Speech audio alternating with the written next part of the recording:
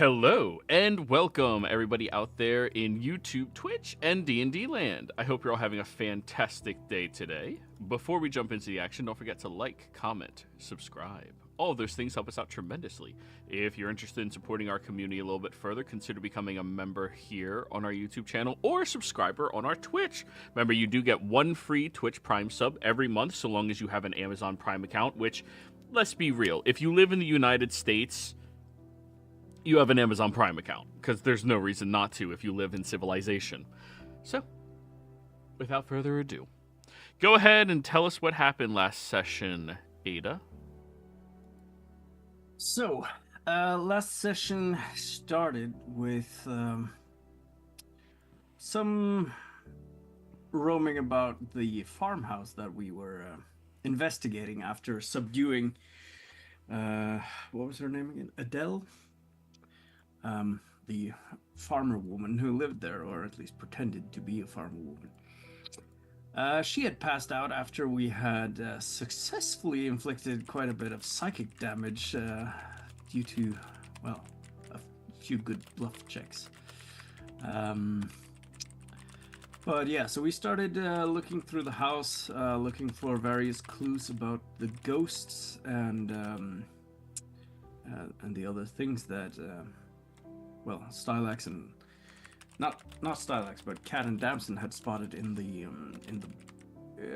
barn house. After a bit of searching, we found a few things. There was also the book that Damson was checking out that we had found previously, which involved a ritual that seemed to be binding souls for, well, farming. They could probably be used for other things as well, but these were mainly farming spirits. So Damson was able to assess the ritual or how it was used, and apparently there was some sort of focal point or focus thing that it needed. And this turned out to be a ancient stone plow that we found outside in the pig pen. It was very heavy, but we managed to move it slightly, and Ada spotted some markings on the bottom of it. These were ritual, or some arcane runes that were definitely involved with this ritual. But while we were discussing how to deal with this whole thing, we were suddenly attacked by ghosts. And during this fight, well, most of us managed to hold our own quite well. Ada went inside the house and discovered that Adele had awoken from her fainting episode. With little hesitation, Ada slew Adele, and the ghosts became docile, kind of. At the same time, the stone plow was, I'm not sure how it was, if it was touched or something happened to it at least, and it revealed a series of dozens of ghosts that were bound to it, and they were attempting to communicate something.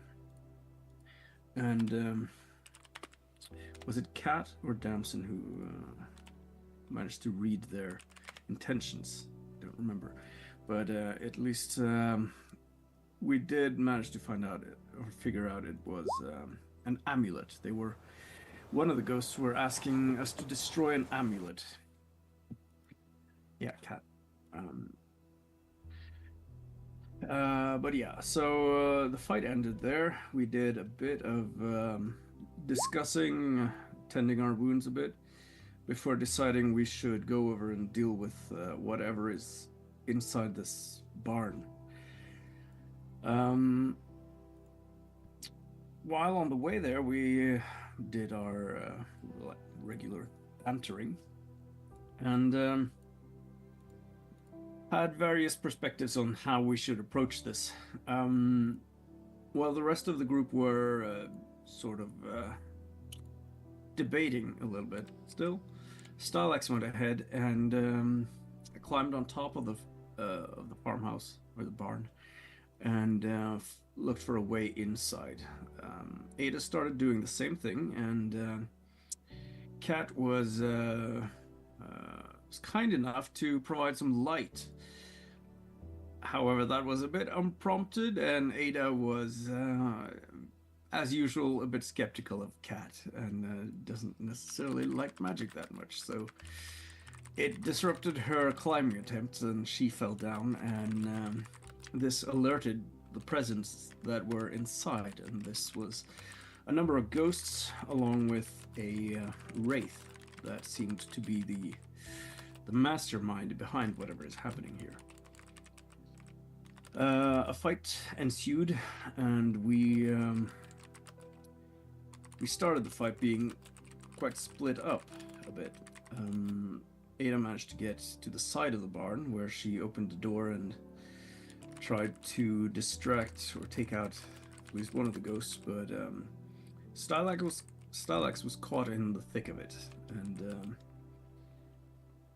the touch from the ghosts had a very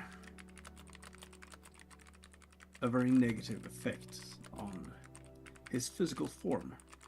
It drained his life, and despite his masterful dodging and weaving through combat, he did suffer quite a few wounds, especially from the wraith. And at some point during the fight, while Ada was not in line of sight, she had her own ghosts that she was trying to deal with. Stylax ended up succumbing to his wounds.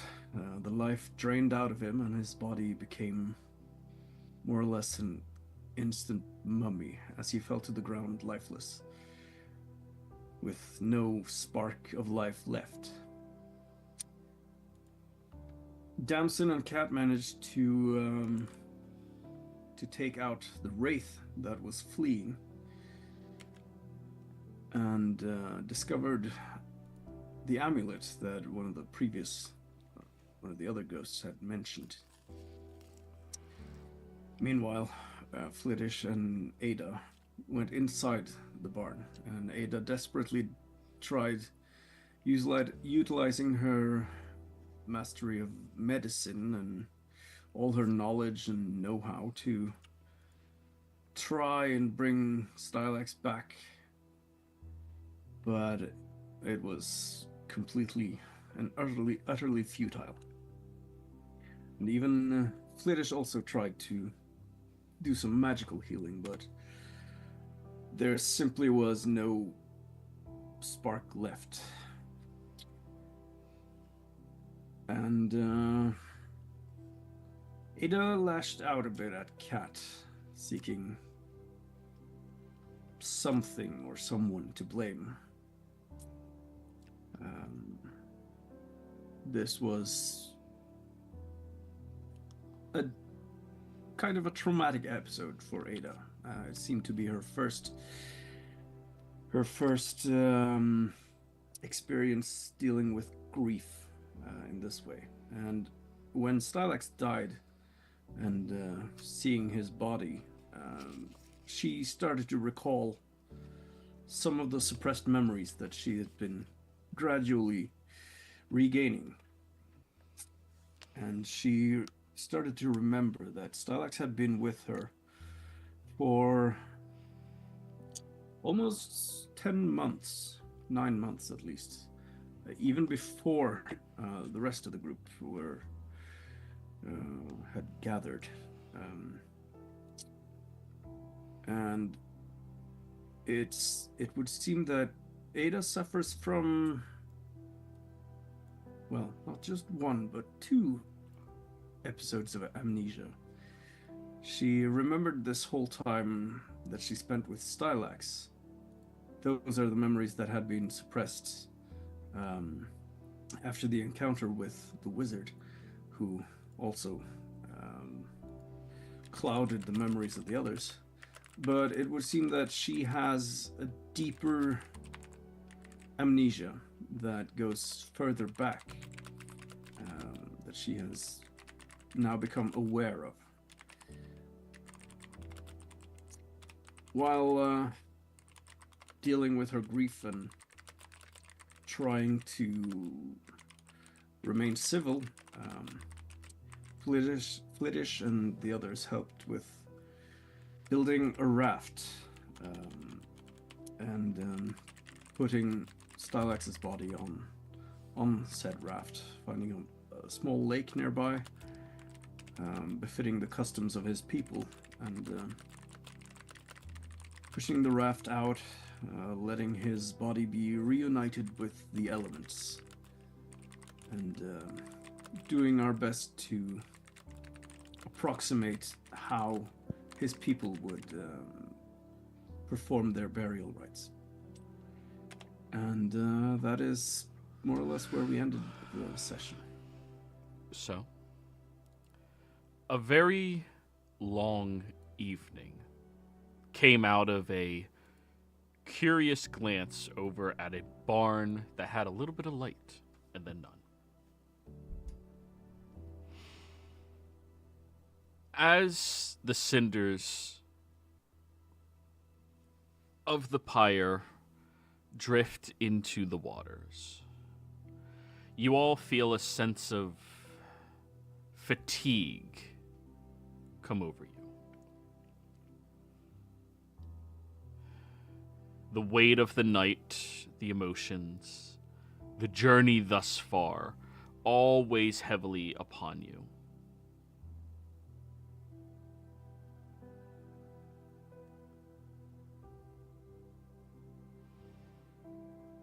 What is it you'd all like to do? Ada sits down by the waterfront, finds herself a tree nearby, which she leans against, just looking out across the water, up at the moon and stars, trying to find some sense of acceptance of what has happened, as she also has begun reminiscing about the time she has actually spent with Stylax and how close of a companion he actually was. Perhaps one of the few, if not the only friend, true friend she's really ever felt she had. So, everyone else?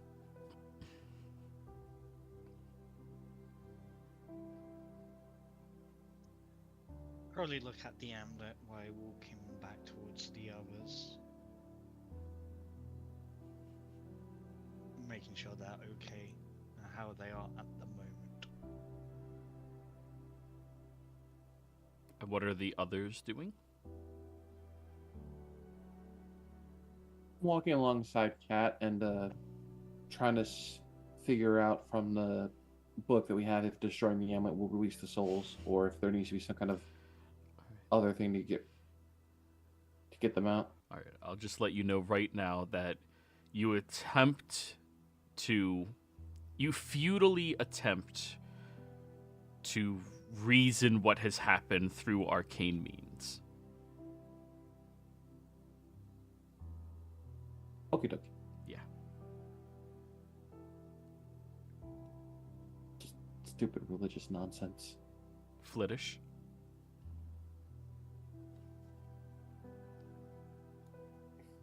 Flittish is kind of emotionally drained after everything.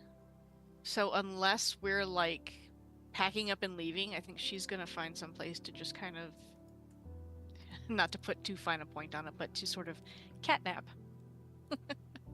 Got you. So, let's have Kat and Damson approach you first. Flittish.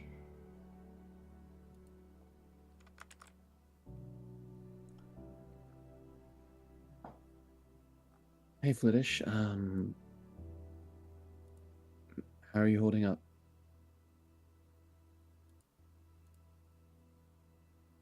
I'm okay. Death is a part of the natural cycle of life, after all. Just tired.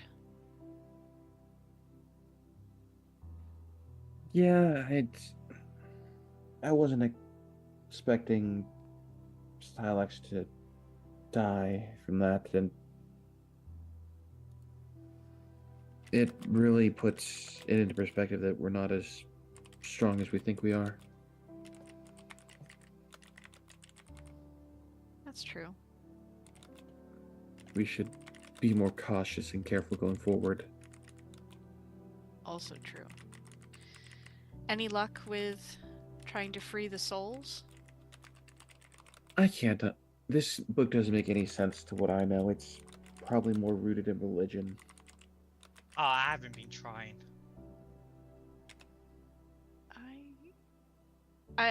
It's not my forte. Might be able to take a look, but I don't know that I could get anything out of it if you couldn't.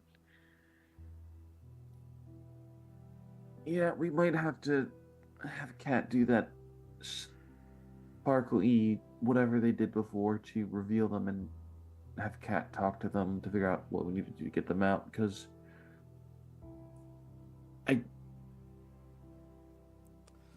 from the way I was reading it, I'm pretty sure you have to be killed with that stone plow for your soul to get stuck here, but because I don't fully understand it, I don't know if maybe getting killed by the person with this amulet could also get your soul stuck here. You think Stylax might be stuck here? I don't know, but that is a possibility if I've misread this book, since it seems to be more rooted in religion than arcane. What if we just destroy the amulet?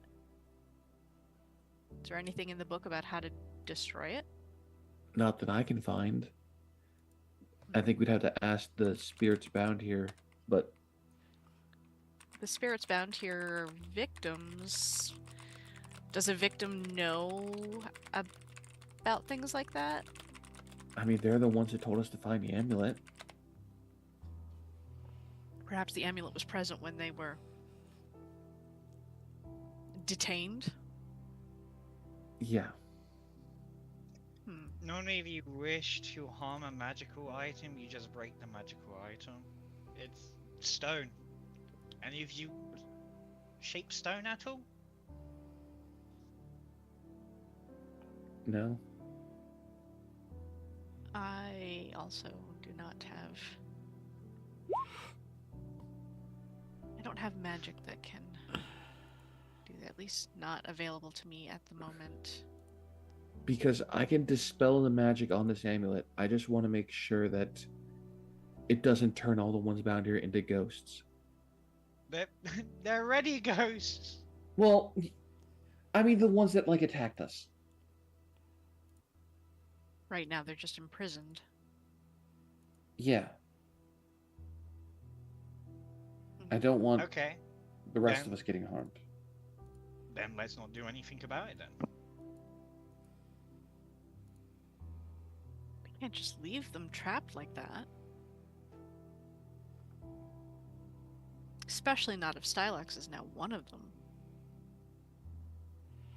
I could go and check to see if Starlax is one of them first, okay? Ghostly head Okay. count? All right. How do you plan on checking that, Cat? I just cast my second friendly Friendly fairy fire. fire in the pig. Your second friendly fire? Okay. Ooh. Anyways, you cast it in the pen where you saw all of them at. Stylax is not in there. You understand Arcana enough to know that the ritual has to be performed in order to trap the souls and recycle them into employees for the farm. Stylax simply had his life essence and body ripped and destroyed, completely torn asunder. That's all. If you want him back, just completely rebuild him a new body, connect his soul from wherever it lies in a field of rest and beauty that people who are true believers of their faith usually end up at, and then entice it to come back to the body where it'll be mortified for probably like a month from the trauma of having to traverse back the opposite direction back to the material realm. Let me just That's say, all. I love how matter-of-factly you say that, like we're just assembling a peanut butter and jelly sandwich. Yeah, that is all you need to do. I give a brief cut down of that, just not to blow their minds of thinking, wait, why does Cat know all of this? Because, you know, they're not gonna listen anyway. Yeah. Starlax is not there. Good for you, because once again, it means no ritual was done. Just, Damson, go over to that stone and disenchant it. Or disenchant this. Throws the amulet in her hands. Be done But with it. Yeah, I'm just going to cast Dispel Magic on the amulet. Sure.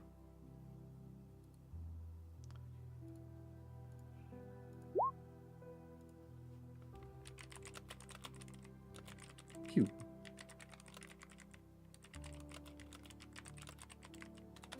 Your contract is hereby terminated. Be free. All right.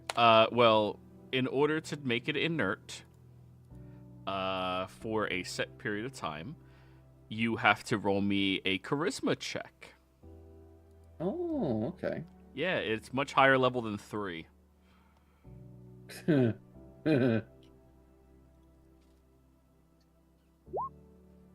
21. Nice! You do make it inert.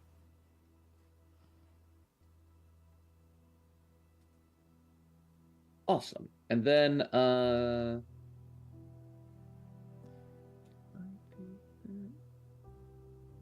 it's stone, not that. So, can I just, because it's inert, can I just shatter the amulet then? Whoa, whoa, whoa, whoa, whoa, whoa, whoa, whoa. No, no, no, no, no, no, no, no, no, no. That is fine jewelry, Damson. No shattering.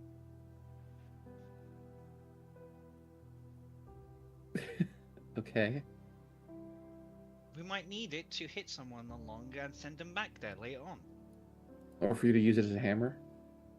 Exactly.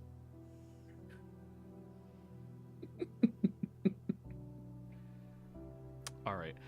Dispelling it does release the souls that are currently inside, but you cannot destroy an artifact just because you cast a 3rd level spell. Okay. It is an artifact. You release the souls because they had a moment to be released. Do we just see a wave of souls going up if Cast Fairy Fire is still active? Oh, yeah. It's just a light show. Just It's like Are getting you shot out of two a room. happy now? Yeah. Good. I need a rest now. I've got nothing. Oh, if we get attacked now. Oh boy. As they're just gonna go and lay next to Fliddish.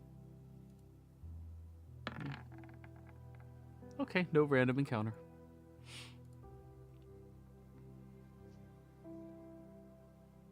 All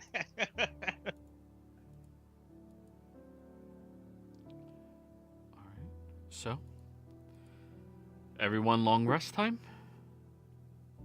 Yes. Yeah, I feel like we need a long rest. Yes, please. We're giving Ada her space to grieve. All right. Yeah, So, Ada's gonna come back after a while and just go into the farmhouse, stab Adele a few extra times for good measure, spit at her, and kick her, drag the corpse out, and eventually finding a place to rest. okay. And one by one, you all manage to successfully gain a long rest. Spending the day sleeping until the middle of the afternoon from the fatigue and exhaustion of all of this.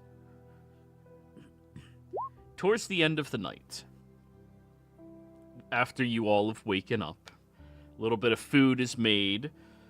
Whom here feels like their character is the most well-adjusted when it comes to loss and would be able to cook right now?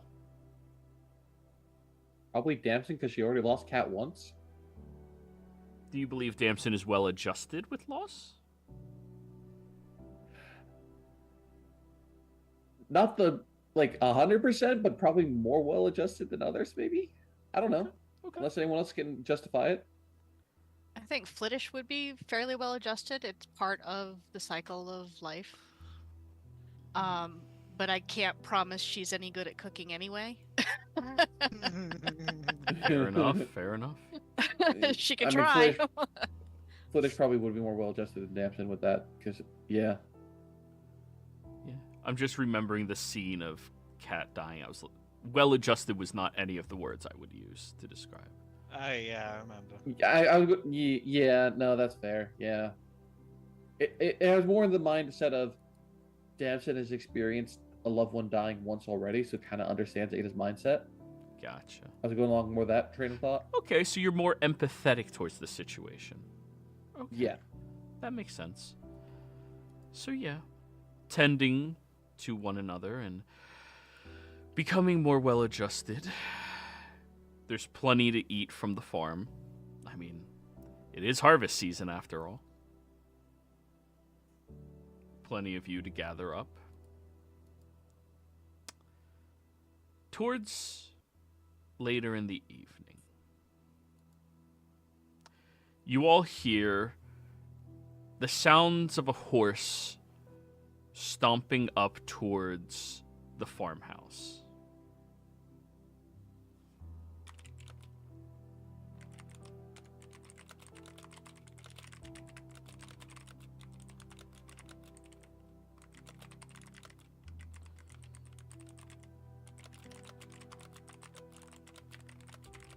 I think that might be the husband.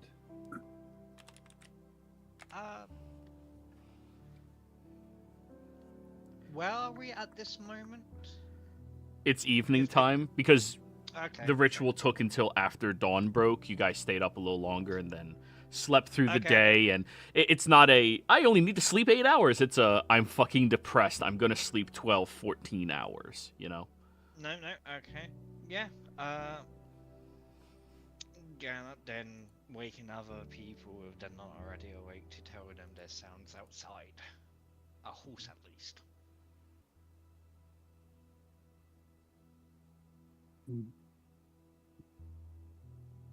Hey, don't get out of bed and just... do you know who it is? No. If it's the husband, I'm going to... do the fucker. So, Understandable. Would you like help with that? No. Okay. She'll get her gear and step out, sneaking out around the back. okay. Go ahead, roll me a stealth check. And new character, would you like to describe what Ada sees when she sneaks around the back? Yes, she sees a human getting off a horse, and the horse disappears. After he gets off, he kind of brushes him off. He is human, but he's about 4 foot tall, wearing white robes, dressed very well in white robes. Has the back collar of his white robe has like a bit of fleece for like maybe comfort, and his boots are fleece lined. And I will. Did you pull up my token? I did.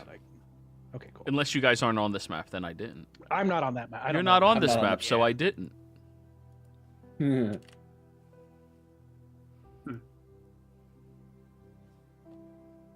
Is this Fancy. someone reminiscent of someone we've seen before? Or No, I don't. You may have heard of them, but I doubt it. caramel skin, green eyes, and here, let me switch. I need to pull up my background. Hold on one second. Oops. Just background, so I can see it too better. There we go. All right. Yeah. So probably mid-30s or so, black beard coming down. You do notice that he has a warhammer on the left-hand side, and he's got a small buckler, and he is walking toward the farmhouse. Is there any sort of religious insignia or any holy symbols or stuff he's wearing? Not that he's wearing, not that is exposed that you can see. And yes, the warhammer does say 40K on the edge. No, it doesn't.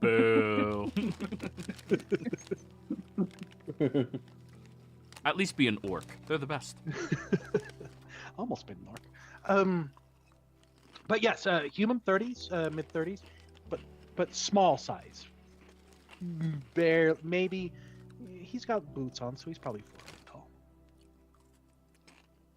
Did he shoot an arrow at the ground right in front of him? He stops and looks to see where the arrow came from. Well, making an attack, now you see somebody who got really close, really quietly, really quickly. Greetings. Who the fuck are you? Yes. Sorry, I am on my way to. Are you looking for your wife? Well, it would be nice to find my wife, but seems I have not met her or dated her yet. I'm on my way to Polvar. I didn't mean to interrupt your farm here. I was just looking to see if I could catch some rest. I've been traveling long, and I just wanted to get a little rest for a bit. If not, I can move on. I didn't mean to disturb you here. Knock on the house and just shout out, "It's not the husband."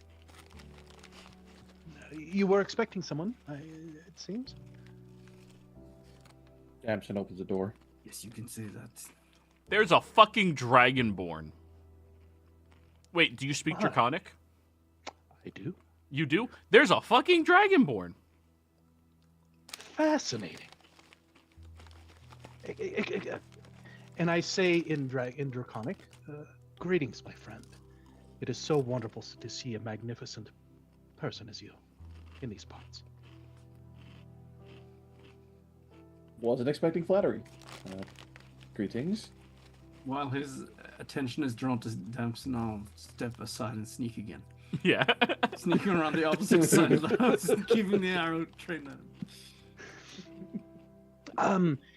I was just stopping by is it your farm or the lady, whoever she went, is it your farm or the woman with the beautiful red hair? Is it her farm? I'm just looking to stay for a short time and get some rest. I've been traveling quite a bit. It's complicated at this time, but I don't see an issue with you staying for some rest. Since you're not related to the wife. You and the beautiful lady over there, wherever she went, mentioned a wife and asked me if I'm the husband. I don't mean to intrude, but there seems to be some type of mystery here about that. Which wife and husband are you looking for? How can I help? What did Ada do with the wife's body? Is it in the pig pen being eaten by the pigs? Probably, yeah. I mean, that's the point of pigs, right? Yep. She's gone traveling. Yes. Traveling through some entrails. So you've never been to this farm before? No, I'm headed to Polvar. Do you know anything about ghosts? A bit, yes. I'm well read.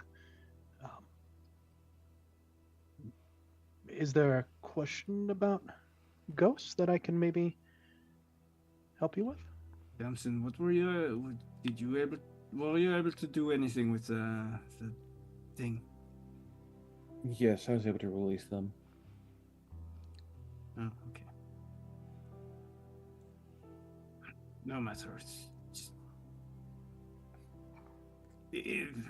Now you can probably stay if you want. I don't care. Much appreciated. Oh, that's a big cat. Not a cat. But it is. Looks like one. Ah, well. Yes, if it's okay, I just want to rest for a bit. Maybe I can sit on your porch in the chair over there? Or... I don't have a problem with that. No. I will point out to everyone other than Ada, you heard a horse walking up here. There is no horse. Where's the horse that you arrived on? Oh, it's off. It'll come back later. What do you grow here on this farm? It's a fascinating place.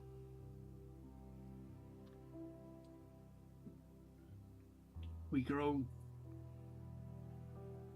grief and bloodshed.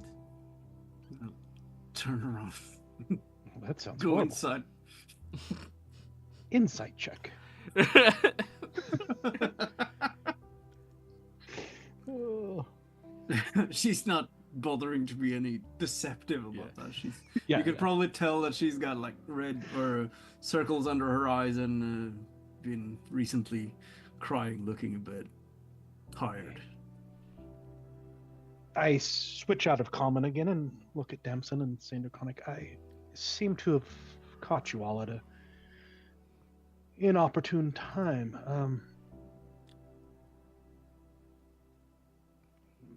My apologies. Is there anything I can do? I'll say Draconic, I don't believe so at this time. She lost someone close to her very recently. She's going through the stages of grief. I understand. It must be hard Well- losing a spouse.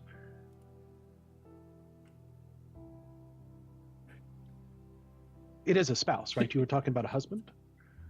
She's not going to correct him. Where are you from, by the way? Yes, I'm heading here. I live in Polvar, and I'm heading back there now.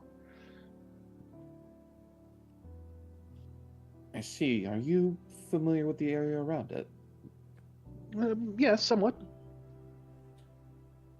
As we're actually looking to head up into the mountains north of Polvar. Yes. Be careful up there. It's a little treacherous if you don't know what you're doing. Or can be.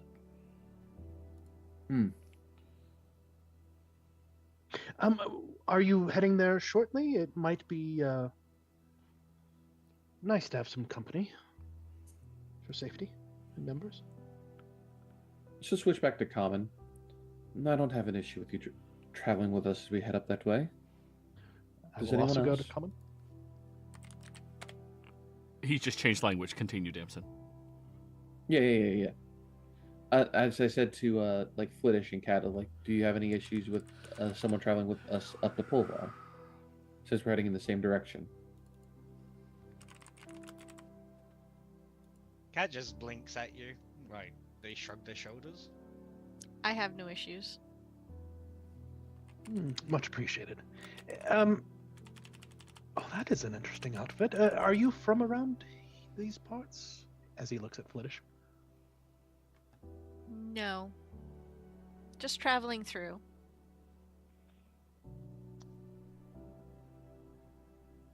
And where do you hail from?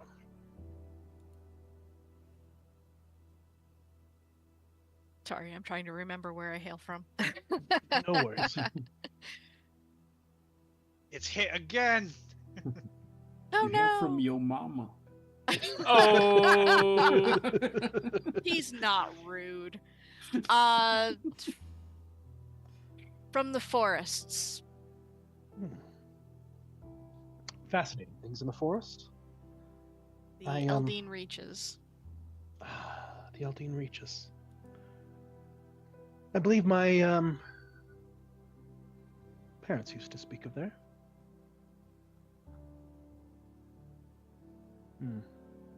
Sometimes, though, I prefer the luxury of city living. Mind you, it's nice to be in nature, but... I was just going to mention that I don't remember there being too many vacation homes up there. No. I don't suppose there are. So, your journey to Polvar, or the mountains near there, are you looking for something in particular, or just going there for vacation, some time off? Well, I think that we do seek something there, but beyond there as well, as you can see, I seek a way to not have to wear this cloak. I see. On that cloak. Why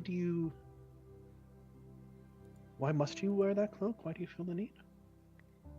I've been afflicted with a disease that... I take 2 steps back. Fair enough. Without the constant moisture that the cloak affords me, my body will essentially begin to dissolve. Oh dear. A curse then of some sort? Or magic spell? Not sure. Came from a weird sea creature? A sea creature? You have traveled far. To my knowledge, it's not contagious, however, so you needn't worry for your own safety. I appreciate that. That's good to know. This sea creature, were you at sea when it afflicted you, or on the shore? No, we were on shore. Well, near enough. Yes, because we are a long ways from the sea. Do you know what kind of creature it was? I'm now very curious.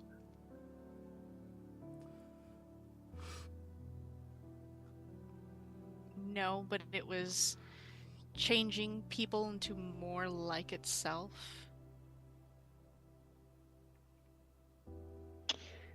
Joey, have I heard anything similar to this before in the past? In any of the reading or research I've done? Arcana check? Sure.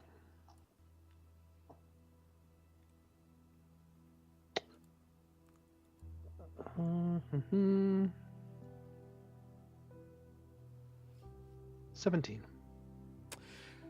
Perhaps if you can coax a bit more information. I mean, you're being pulled in a few different directions, but pinpointing it would be easier with just a little bit more information from her.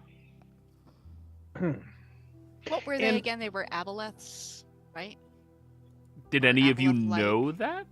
I don't think Flittish did. I'm literally pulling this out of my backside right now because I don't remember exactly what they were.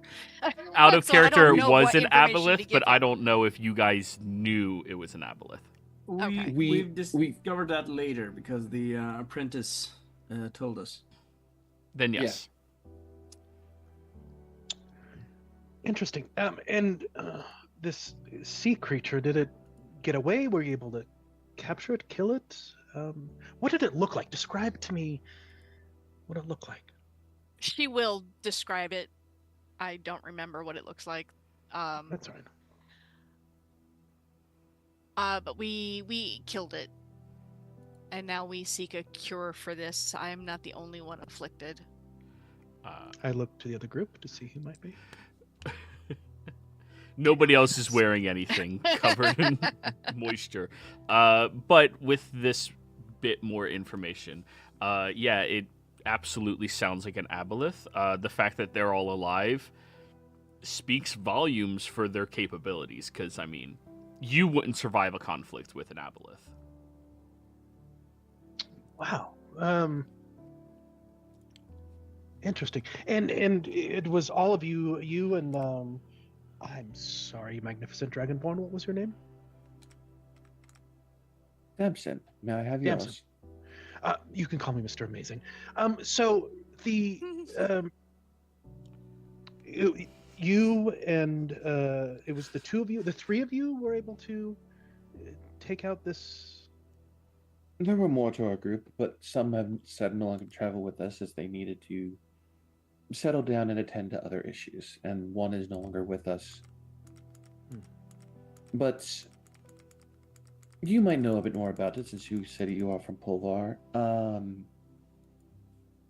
Our current thoughts of curing requires Titan salt.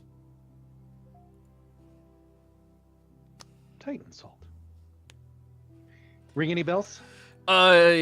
Yes. That is something that's pretty high up on the mountains before you cross over into,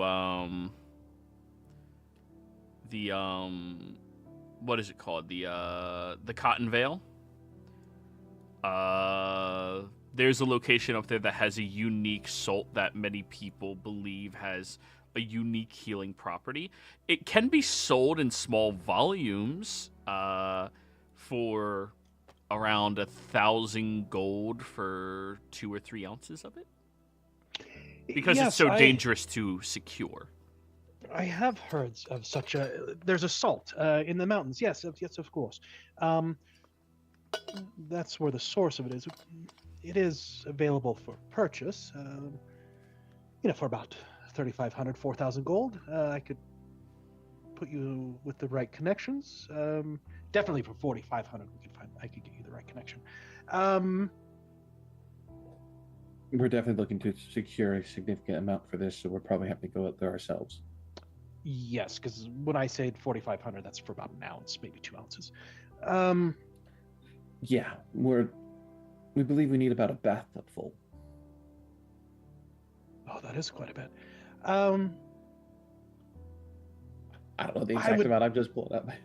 No, that's great.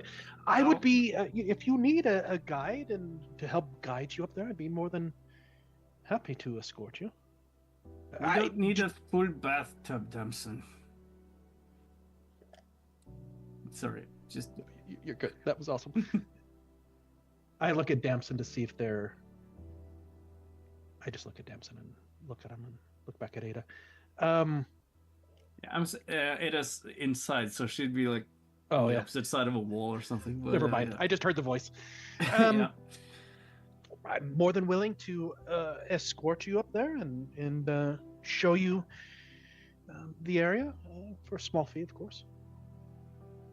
I would need to stay in Pulvar for just a night or two before we head up there. I would recommend you do the same to make sure you have gear. Understandable. And that would be quite amazing. Yes, of course. Nice smile.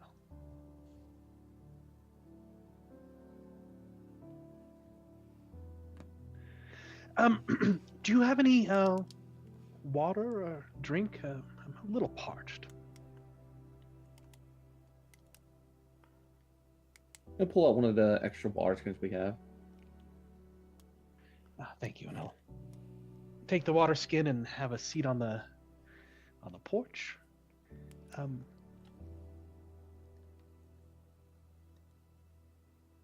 If you don't mind, I'm just going to take a few notes, and I'll pull out my. He's got you know those, I don't know, a man purse. It's not a man purse, but you know the strap that goes around the side, and then it has the satchel, like a satchel. Yeah, and he's got it, and he pulls out a book and a man purse. I couldn't remember the name. It's not a man purse, but you know what I mean. And pulls out a book and starts writing down some notes that he just learned.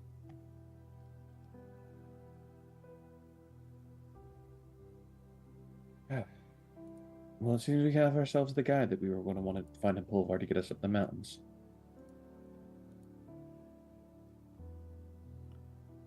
Should make, hopefully. Bless you. It should hopefully make finding your cure easier. Now tell me, forgive me, I did not catch your name. As he looks at Flittish. I'm Flittish. Tell me, Flittish, these symptoms, other than being wet, is it? It seems like you're dripping water, but do you? Oh, this is the water is just from the cloak. Oh. When I remove the cloak, after about 10 minutes of like drying out, it's almost like an acid is eating my flesh, and it is painful. Not to mention a little bit disgusting.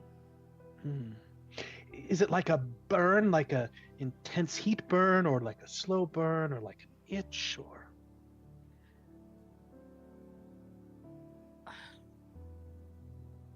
I would say it would be like a slow burn. It feels like it's eating through me. Ooh. Like it's seeking my very bones. Oh. That is not good. I mean, it doesn't sound fun.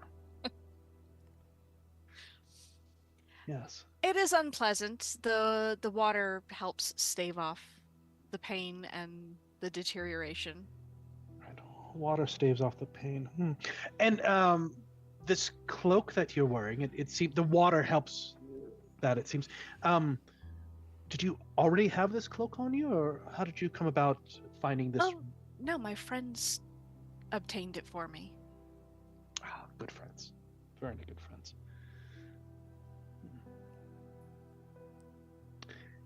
Ah, well, it's nice to sit here for a bit and feel safe. Yeah, a luxury many do not have. Yes, there are many unfortunate things going on in the world these days.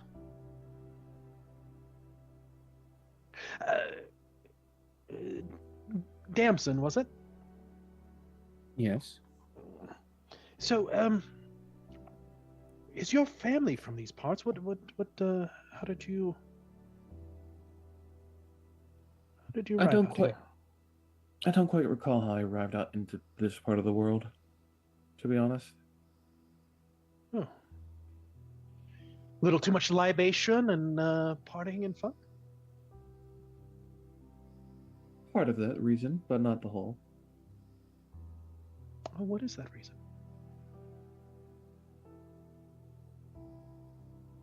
Series of wrong place, wrong time, I suppose. Yes, wrong place, wrong time. Series. Jots down a note. So, other than sitting out here and enjoying the nature, what is do you have anything a little stronger than water?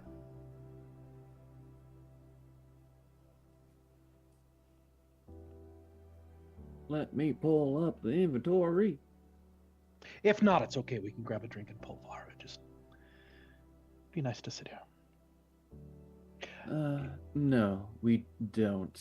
As she's like looking through her own little notes of almost looks like a tiny little manifest of what's in the cart they have that I'm sure was seen as they rode up. That's all right. We can grab a drink on me. I'll get us all drinks when we get into town. Wonderful tavern I know of. What is Kat doing? Is Kat outside with us?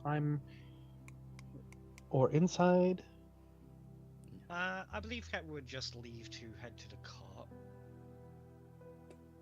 Do I recognize Kat as a tabaxi?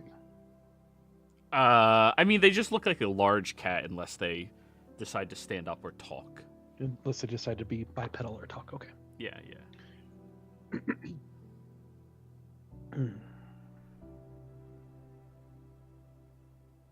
At the moment, it looks like 3 women and a cat. Oh, You're no. right. It is 3 women. I made a harem campaign. Yep. I just noticed that.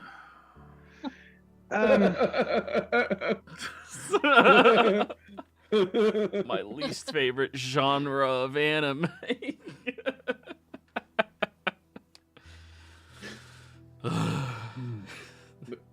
Joey was really gunning for the reverse harem.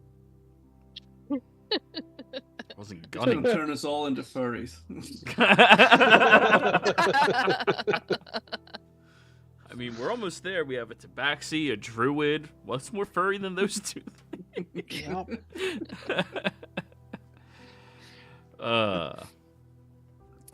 It is just gonna leave on principle now. Okay, fair. I'll allow it. I'll allow it. I will return to my journal, my diary, and take some notes. Can I know this sounds stupid, Joey, but can I try to figure out what he's writing by the movements of how he's writing? Are you observant yet? No, but I have calligrapher's supply, so I know the way that the pen moves when you're writing something. Okay, I'll say roll calligraphers utilizing wisdom. It doesn't correlate to any other ability. 21. All right. Are you writing words? More pictures, some words, but he seems to be. You can tell by his strokes, he's probably doing more drawings or sketchings and maybe a little bit of doodling, maybe a few words by pen strokes, but you see a lot of this. Okay.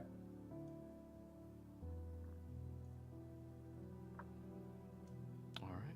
Well then, sleep time, everyone. I know you didn't do anything today, but it's like... Yeah. Would you, whoever's out here with me, would you mind terribly if I slept inside rather than on the porch? Do you have a spare room, or maybe in the barn? You have a barn over there. That might be a safe place for me to sleep.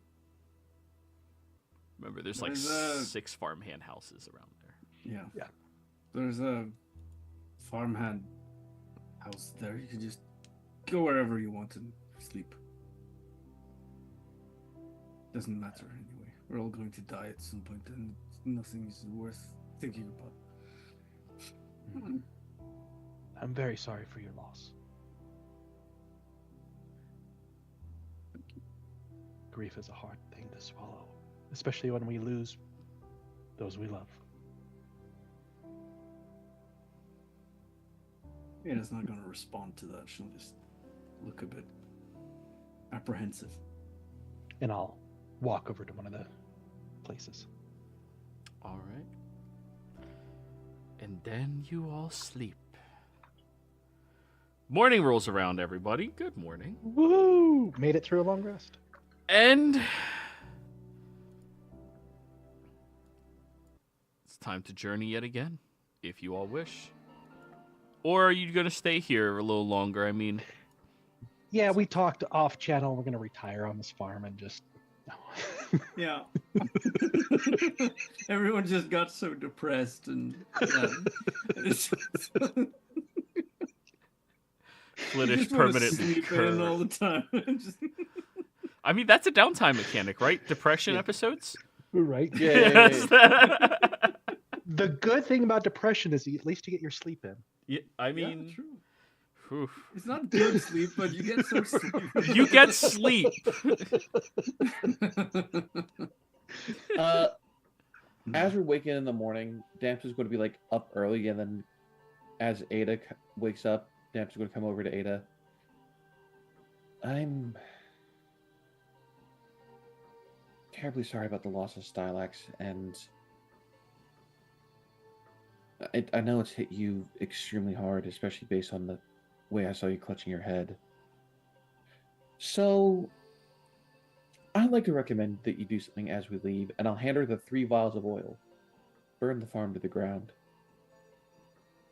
It'll help. I'll make sure that our new guest is with us, and you can catch up after you burn it to the ground.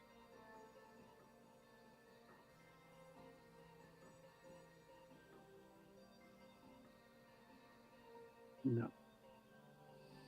You sure? Yeah, it's fine. Perhaps others ghost will haunt the place and suffer more. Maybe. Still, that would be my recommendation, is to burn it to the ground to, 1, make sure it can't happen again, and 2, to let out your frustrations. Doesn't matter if it happens again.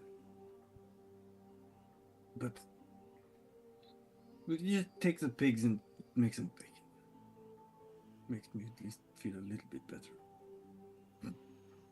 So, whom here feels confident in their bacon making? The old-fashioned way.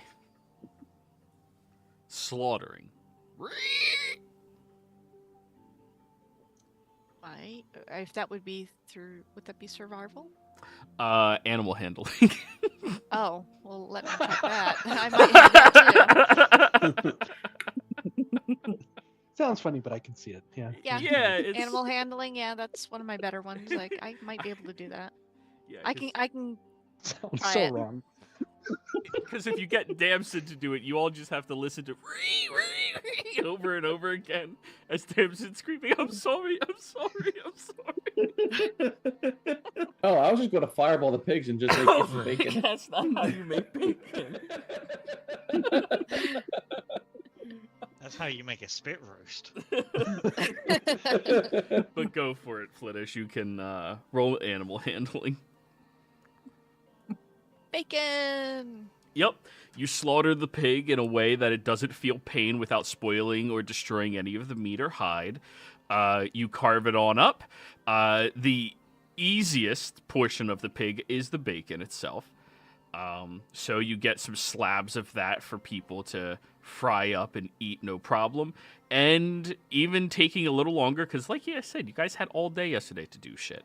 You just managed to harvest a lot more of the pig. I'd say probably enough rations to get you all from here to Polvar. She will do so with a ritual of thanks to the pig spirit as well. Yes. Thank you, Piggy. And then we will not think about how that pig just yesterday ate a person. The first thing I thought about. Cycle of life, baby. Oh, so Ada is... Ada, this is your cathartic moment. Yeah. This is Ada's first step to becoming a cannibal. Got it. It's not cannibalism, it's recycling, right? Right? Yeah, right. That's what they were doing. They were recycling. Ada's recycling. Yeah. You're going to enjoy that for the next 2 days. That shit is going to feel so good.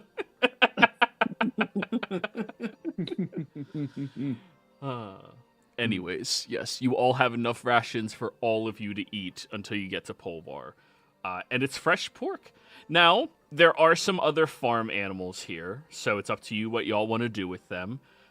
You can try to herd them all the way to Polvar if you want, or you can just let them loose and let them live. If you leave them in their current pens, they're going to die eventually. I was going to let them loose. That'll be other farms' problems. We can herd them over to the closest farm and sell them or something. True. Very true. How much does a cow go for? Actually, cows sell really well. That's a lot of meat. Mhm. I don't know, like, because I spent the majority of my life in a city, I didn't really grasp how fucking huge cows are. Those things are monsters. Yeah, So, they're huge. okay. Well, if it's just hurting them, Flittish, you can do that over to one of the other farmers around here. Mhm. If you guys want to sell them, or are you just going to let them roam free? We'll sell them. Let's see here. I will 10 say, gold per cow? the That's cows 50 are plus? branded, everybody. And they probably, above the table, They probably know their neighbor's brand. And it'll probably raise a lot of questions. We can fix that, Brandon. Can you now? Just cut him, just heal that motherfucker. Fireball? Give him Fireball. a new scar. So cover up the branding and okay.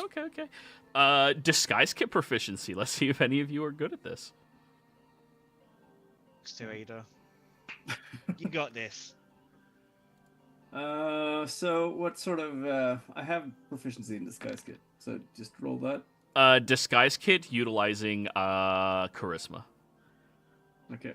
Do I get advantage from any specific skill? Animal handling. Yeah, I don't have that. Yeah. It's that in this situation. Yeah. All right. Assistance, anyone? All I right, mean, I can heat things up if you want to help with that. 13. Okay. 13's reasonable. I mean, you're dealing with goblin farmers, or are you? No, they're normal farmers. It's just the one farm that was the problem. Next, we're going to the golem farm. That'd be cool, at least. Like, that would be, like... Get that iron. And so you realize they have a basilisk petrifying people and then turning them into animated stone golems. Huh. In the future. Anyways. Would they be sentient at that point? Because it is a person trapped in stone? No. We'll, They just can't speak? we'll figure it out. So, everybody, you bring the cows over to one of the other farms. Without getting too far into it, I do need somebody to roll me a deception check that, oh yeah, we're just traveling farm sellers, livestock sellers. Yeah, I can roll that if anyone wants to assist. I can, Yeah, I help. All right. I give myself a sun hat. 24. Nice. If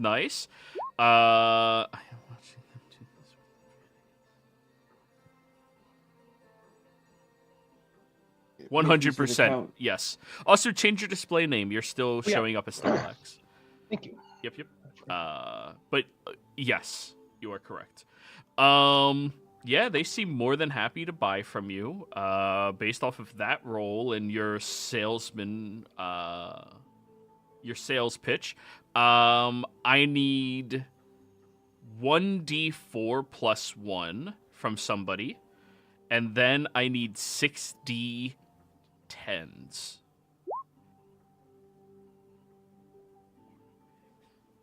Kat, you want to do the 60-10s?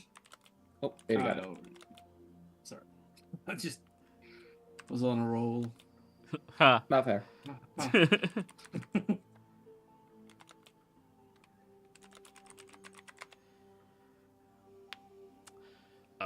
So yeah, the farmer will be interested in purchasing the 9 cows, the 4 pigs, and the 30 chickens. For the cows, 10 gold each. So that's 90 gold. For the pigs, that's going to be 4 gold each. So 4 times 4 is 16.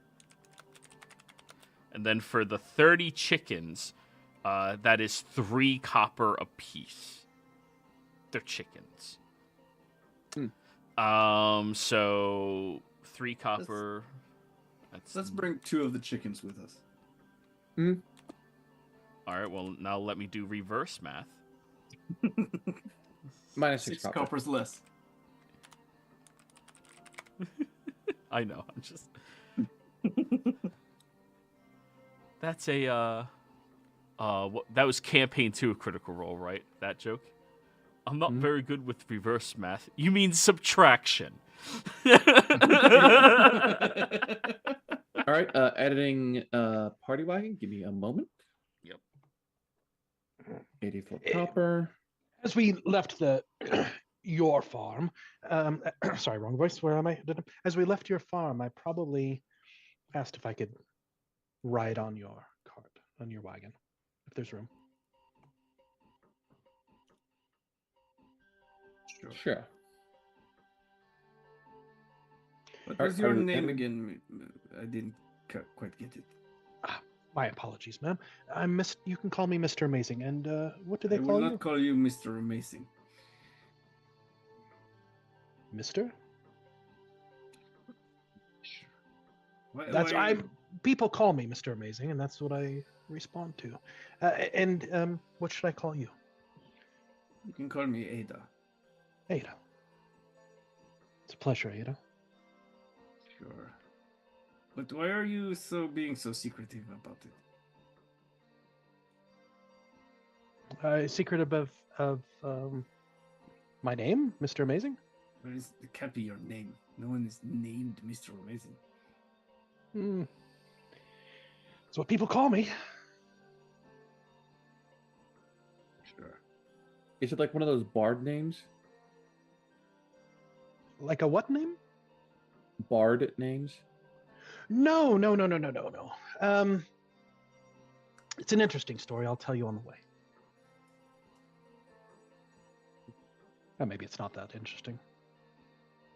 Well, are you We'll a find bard? Or... No, not a bard. Slightly embarrassing, but when I was young, and in the city, I used to perform magic tricks. Not like the card trick, and I pull out a deck of cards. Here, pick a card. And I used to do card tricks at kids' birthday parties.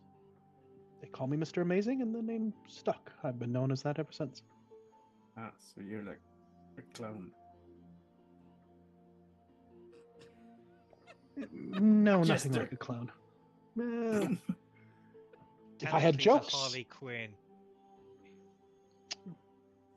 What? Harley Quinn is the word you're looking for. Harlequin. Mm-hmm. That's not... Is it Just imagine him with the fucking pigtails. the first time Mr. Amazing seen cat talk? Oh yeah, that just happened. oh, and I get down on my knees and I stare into Cat's eyes, just focused, as if no one else in the world exists. And what do they call you? None of your business. None of your business. I like that. Just like I- yours, Mr. Amazing. Huh. Yes. Well, none of your business. I give him a little scritch. It's a pleasure to meet you. It's actually a demon possessing the cat. A I'm demon? quite sure. I'd love to hear that story. Yeah, Ada, what is this story? Please let us know. Yes, I wouldn't know anything about it. Just So you're just making up lies. Thanks. no, it's a qualified guess.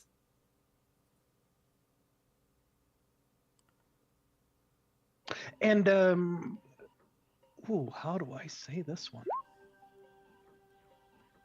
None of your business. Are you from around here, or have you just always been with your friends? I'm not going to answer any of your questions. Oh, that is fine. Just curious. You're fascinating.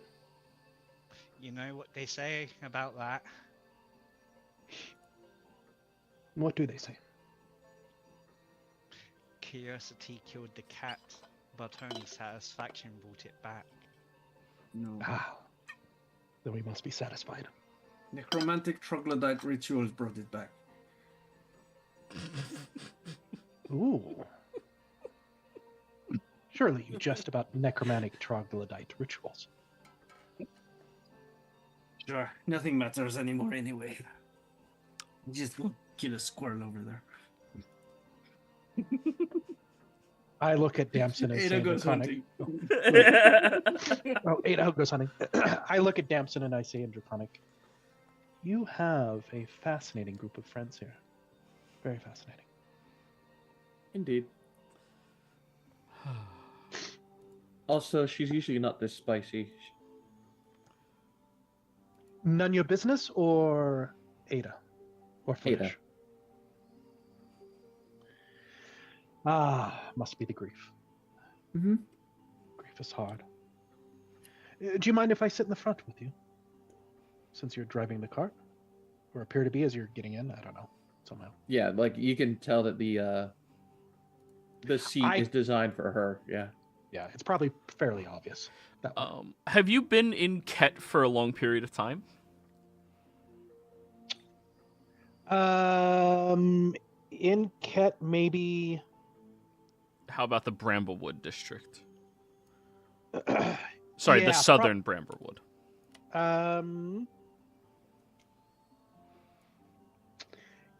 Probably just a couple months. Over there. Okay. Then it's very clear for you to tell that this cart is Karashan design. The quality is remarkable.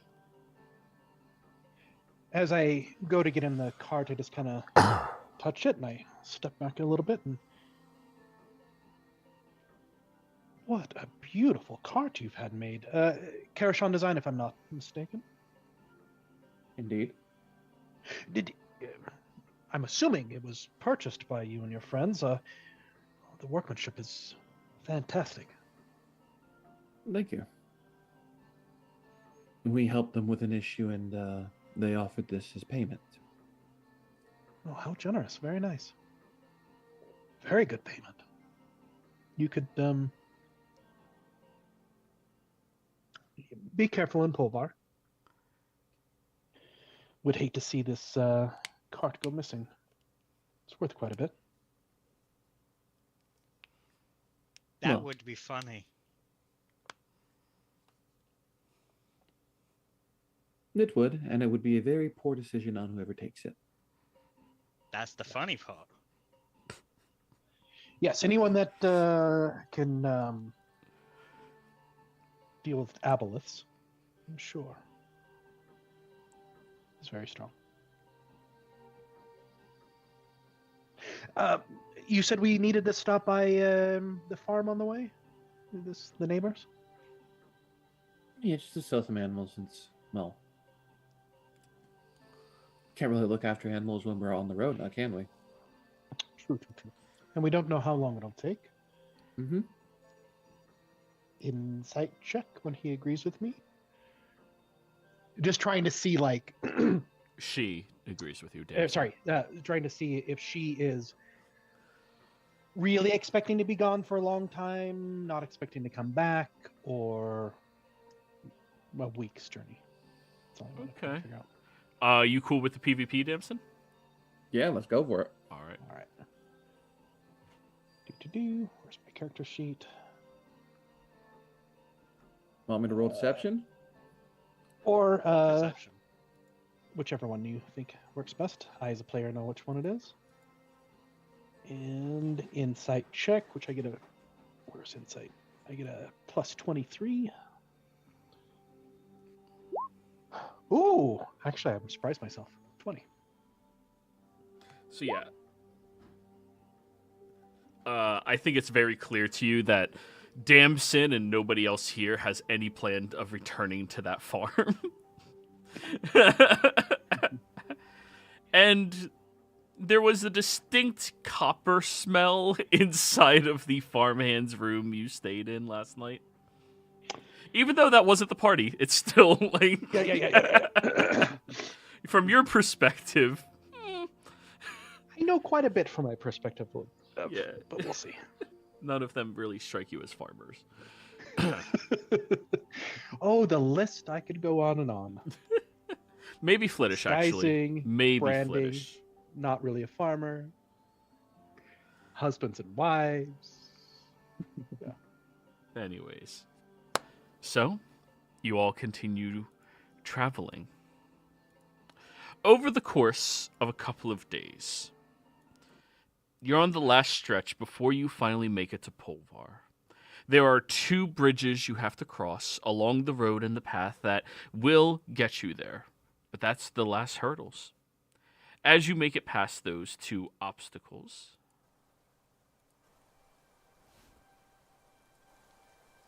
That's loud enough, right?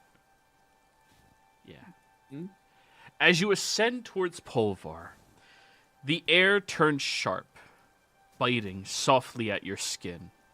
A gentle reminder that the warmth of the plains is now far behind. Rising ahead, imposing stone walls tower high, weathered and scarred by centuries of harsh winds and mountain snow. Here we are, everyone. The gates, vast slabs of iron-bound oak reinforced with dark steel, are flanked by watchful guards, cloaked in heavy furs. Eyes vigilant, yet curious at your approach. Stepping through the gates into Polvar, you're immediately greeted by bustling streets alive with commerce. Merchants' carts laden with furs, smoked meats, and barrels of salt from the northern peak weave between travelers, wrapped warmly in thick woolens and leathers. The aroma of freshly baked breads mingles enticingly with the faint tang of pine smoke drifting from countless chimneys. Ahead stands the iron-bound market, a sprawling trade plaza encircled by sturdy timber-framed buildings adorned with banners in deep blues and greens. Vendors shout their offers, robust dwarven tools, polished gemstones from the mountains, exotic tinctures promising warmth and vigor, and even rare, preserved herbs sealed in waxen vials. On your left, rising high above the clustered shops and homes, stands the Tower of the Blue Veil. In an ornate spire carved from bluish granite, its slender windows glow faintly with a mysterious azure light, hinting at magical secrets concealed within. Rumors murmur through the streets that those seeking forbidden knowledge may find answers there for a price. Further down the central avenue, your eyes catch upon the legendary Salt Spire Inn, named for its salt-white stones. Cheerful laughter and music spills from its open doors, welcoming weary travelers seeking refuge from the biting mountain cold.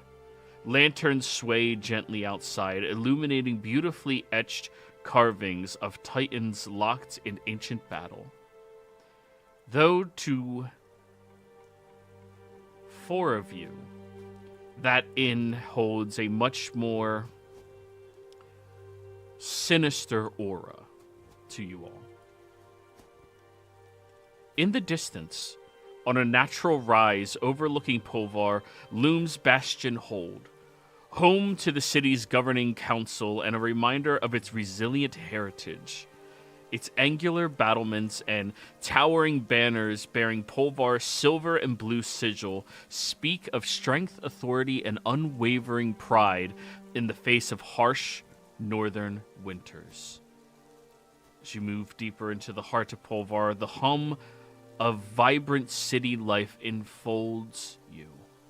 Yet beneath this bustling, prosperous surface, there's an unmistakable toughness, a steadfast, a hardy spirit born from generations who carved life amongst cold stone and biting winds.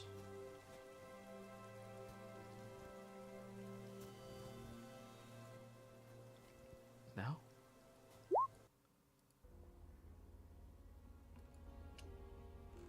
Oh, that's the wrong one. Where's the music of the city atmosphere? City.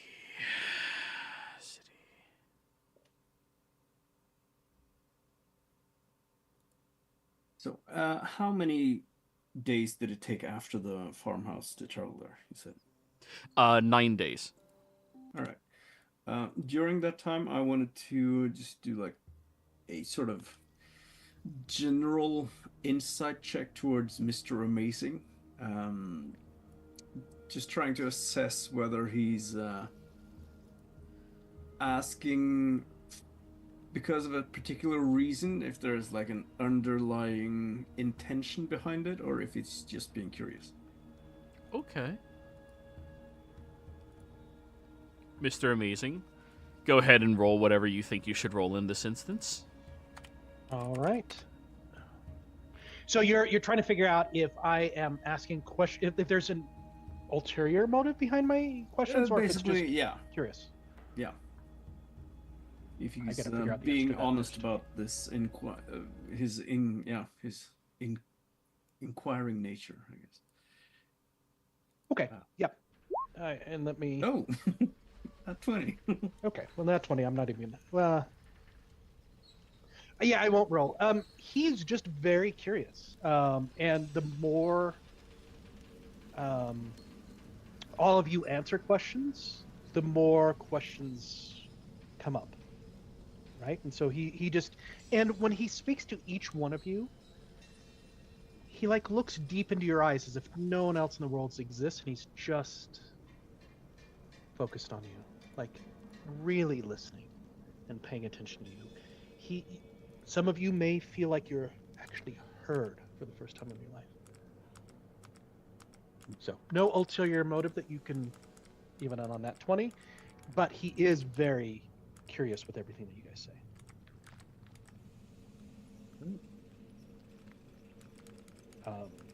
Probably also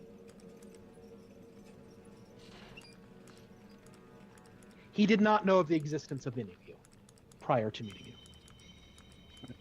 More or less.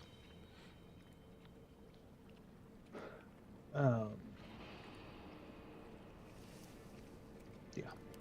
It will relax a bit more around him after a couple of days, then. Yeah. Just curious, asking questions, probably doing a few card tricks, for the time, to pass the time. If we could just rewind a little bit. Sure. I just want to have a short dialogue there. Sure. So, Mr. Amazing, what is it? Where are you going to Polvar? Yes. Well, Polvar is kind of like my home base, I guess you would call it these days. I spent quite a bit of time there, and I'm just heading back, looking for some little relaxation, do a little research before I head out again. And then I came upon all of you, and it'd be interesting to go to where the salt is, so that's why I offered my services. There are some great places in Polvar. What is it that you like to do in your spare time? Are you a reader? Do you like theater? I like to... Normally I like to do like some alchemical experimentation. That's... Oh. But, we'll see.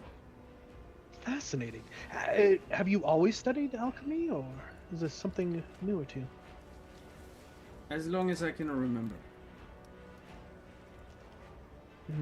So as a child, then, you were interested in the mixing of different things, or? I suppose you can say that. Probably. Oh. It's, not sure what got me into it, sort of. What has been the most fascinating thing that you think you've ever mixed together, either good or bad, or like a mistake that turned into something good, or tell me more about it, and then you don't have to. Yeah. And well, you might have noticed that she's being evasive. Yes.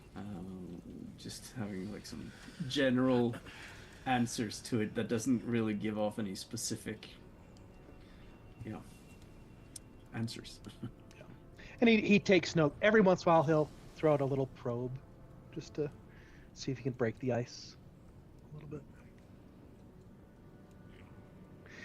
Well, I suppose a more recent interest is this condition of Flidishes. It's a very curious thing. I have devised a method, I think, that will probably help her. Hopefully. It might also help cure her of. Well, I suppose that is her place to diverge this other place. But the aboleth disease is, at least, I have an idea of how to cure it. That's good that you have an idea. I mean, I cannot imagine being touched with such a curse. That would be awful, and stave back the burning feeling with just being wet all the time. Now, don't get me wrong. I like a nice bath, but to be constantly wet would not be fun. Not this thing. Yes, that's an interesting ring there. Your husband likes cats? I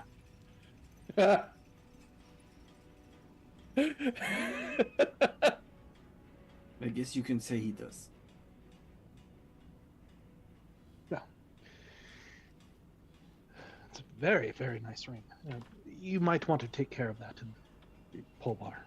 Right. It's not as nice as it probably should be. You know. Yes, that's the trouble with rings.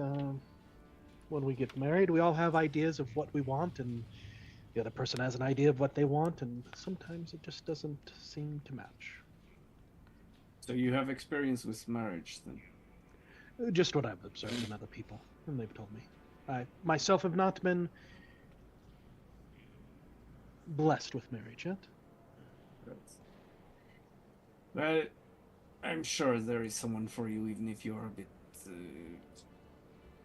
short, to be blunt about it. Yes, time is short, but she's out there. So that's your name then? Time. If you insist. No, if it suits.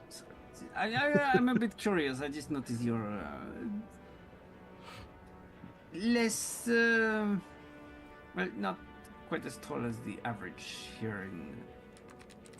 Do you have any halfling heritage or something? Maybe? No, I don't have things. Halflings. They are very lucky folk. No, it probably comes from my father's side of the family. He was a gnome. Mother's human. It's not a big deal for me. I'm not so tall myself. It's just I'm not used to being taller than someone. It's all right. You'll get used to it. And I wink. Sure. Well, I guess we'll see what Kolvar is all about then. Do you have any acquaintances here you could maybe give us? Well, we will need lodging someplace, and maybe you could help us get a good price somewhere. I know the exact place we should stay, and he thinks to himself the Salt Spire Inn. But he doesn't say the name because you guys haven't been there before, and so that's what's in the back of his mind. I've got the perfect place. And yeah. Go ahead. No, you had something to say. Go ahead.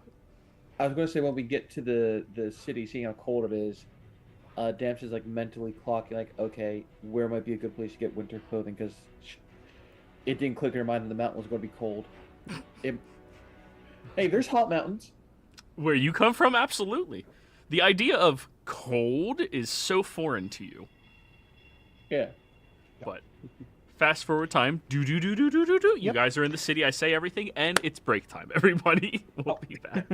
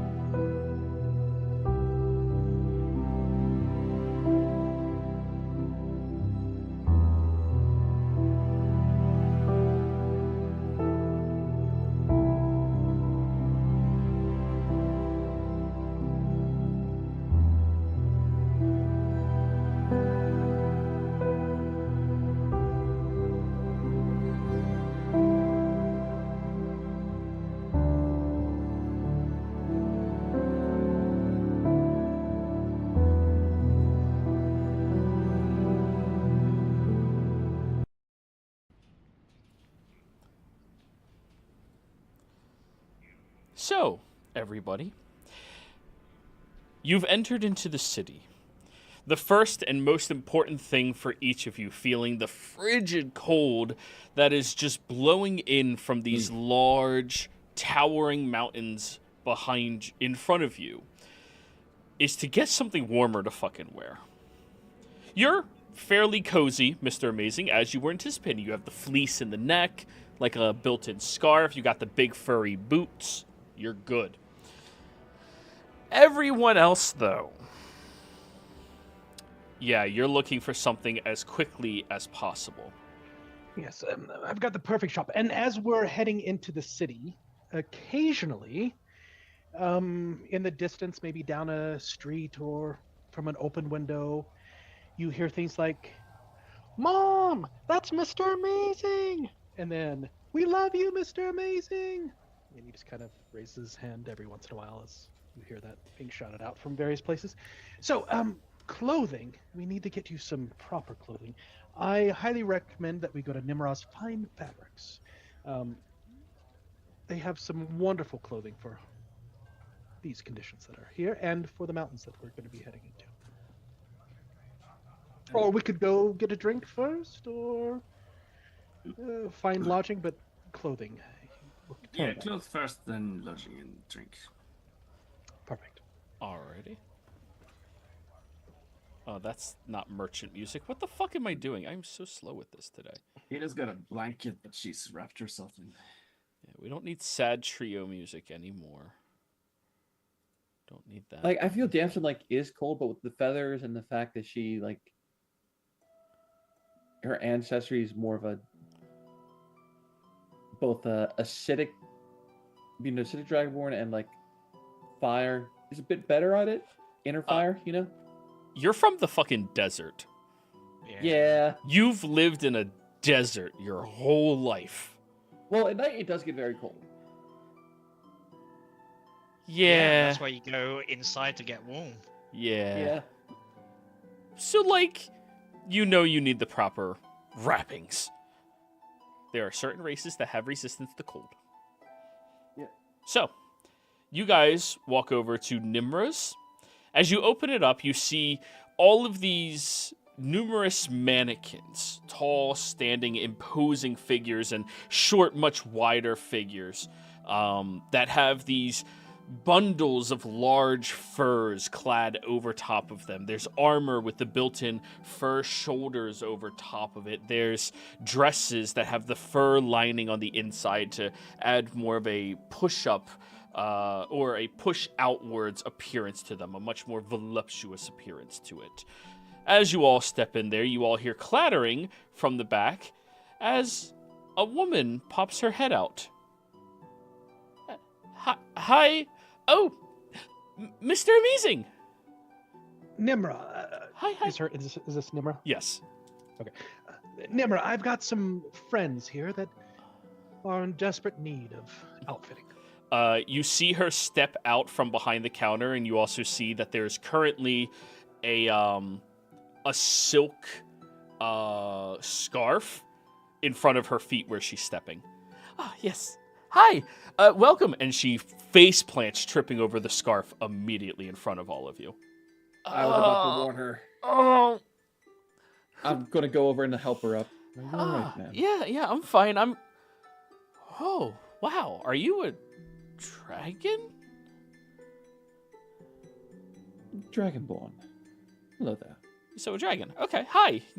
Hi. Nice to. Welcome to my shop, everyone. So what could I you. She goes over to you, Flittish, and like brings you over towards her stove. Sit down. You want to take all of that off immediately. I'll get you something to put over top of you. You can't be wearing that out in the cold right now. Well, yes, she sort Go of ahead. has to. What? You can't wear that in the cold. She has a condition where she needs to remain moist. Oh. Well, you can sit by the fire, right? That should help you. I would love to sit by the fire. I appreciate that. Thank you so much. Yeah, of course. And here, make yourself useful. She'll give you a poker where you see there's a kettle hanging inside the stove. Warm up some tea for us. So I guess I need to help outfit all of you. If you could, that would be wonderful. Any I do specific? know- Oh yeah, go on. I do fear that my friend Felicia would have the hardest time, as we do need to travel up into the mountains. Oh So no, we'll you need can't. appropriate attire. No, you can't do that. That would just that's suicide. That's Well, we do need to head up there. But why would you say it would be suicide? well because when you're wet, if the rain, if the storm, not the storm, if the weather freezes, it's going to eat into your skin. You'll immediately become frostbitten. You'll lose access to your limbs. You'll slowly have your body shut down, and you'll just die. Yes, which is why we need to, for my friend especially, need something that can provide an insulating layer. So it's probably much thicker than normal, so that she can remain moist on the inside without the moisture leaking out and causing said condition. Or remaining warm. Much like you would for... I suppose the closest comparison would be how seals are able to go into frigid waters and be fine. Seals? You're definitely not from around here. Yeah. Well, Well, you know. I guess I can try to whip something up for you, but it's gonna take me a bit. Let's just have a second to think about this. One other option I suppose we have is, well, there are several other options. Either Blidish, you remain in town while we go into the mountains. I would prefer it was all of us. But that is possible. Also, there is you have swords here in town, right? We have what? Salt. Swords? Salt. Salt? Oh yeah, we have plenty of salt. The mountains. Right. So, is there a way we could gain access to some of these more mystical salt? Oh. I mean, if you had a mage's license, maybe? Do any of you have a mage's license?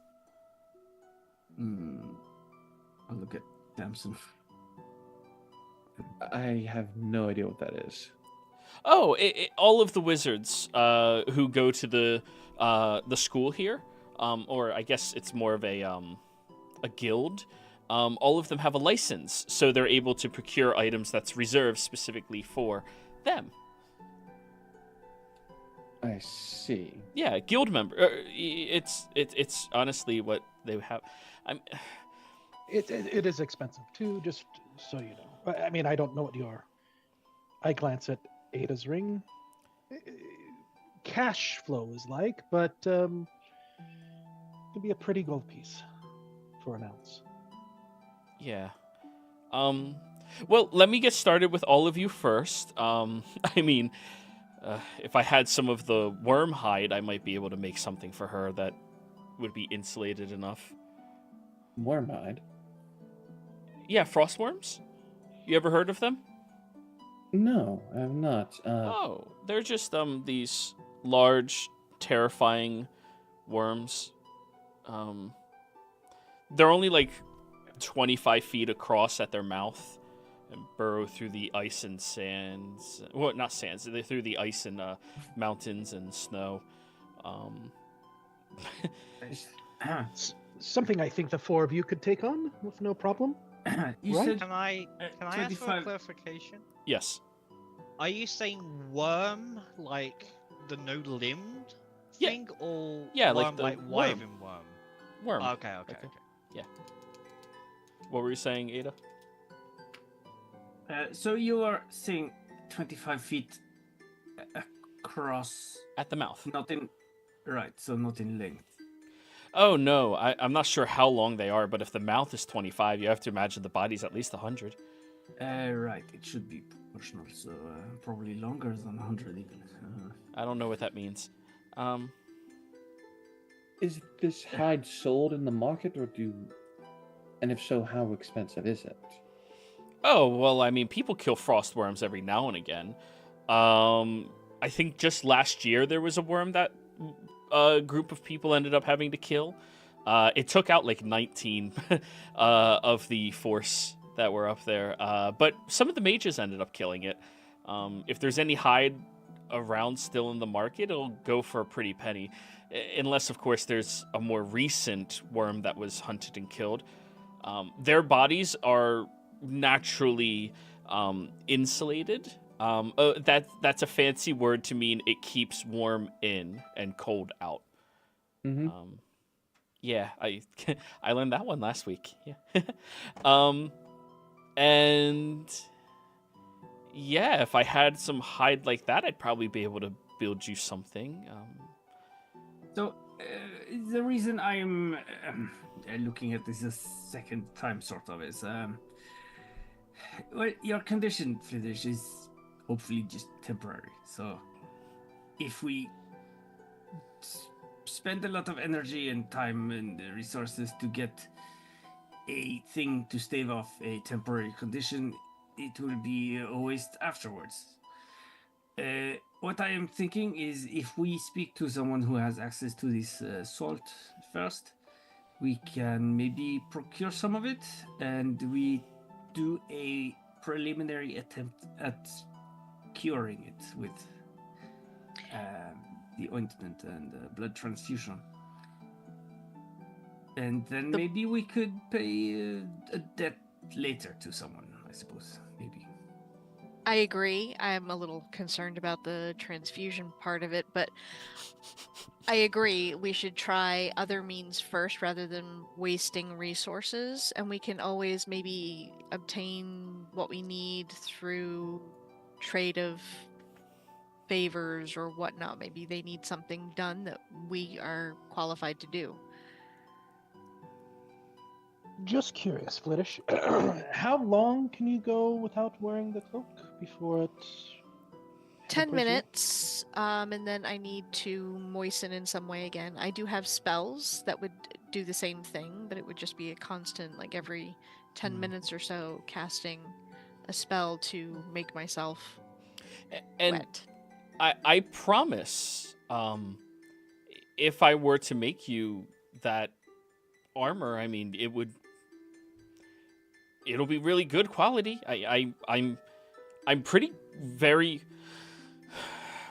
I am good. I am great. Nimra's I am the awesome. best. Yeah. I'm very good at making things.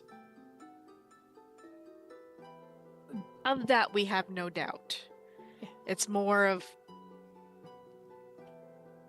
would the resources spent on this be better used elsewhere when I will only need this until I'm cured? Oh, This is nothing against you or your skill. okay. I think Nimra was saying that this is something that you could possibly wear even after your affliction. Oh, yeah. I mean, I'm not going to make you something that's only good if you need to stay. I hate that word, moist. Ew. Trust me, I'm growing to dislike it myself. I bet. So, yeah. At least you're not with any of those like pervert men. Mr. Amazing is such a sweet guy. He was actually at my nephew's bar mitzvah. It was wonderful. He did this great performance, even put on like some makeup and stuff. It was really fun.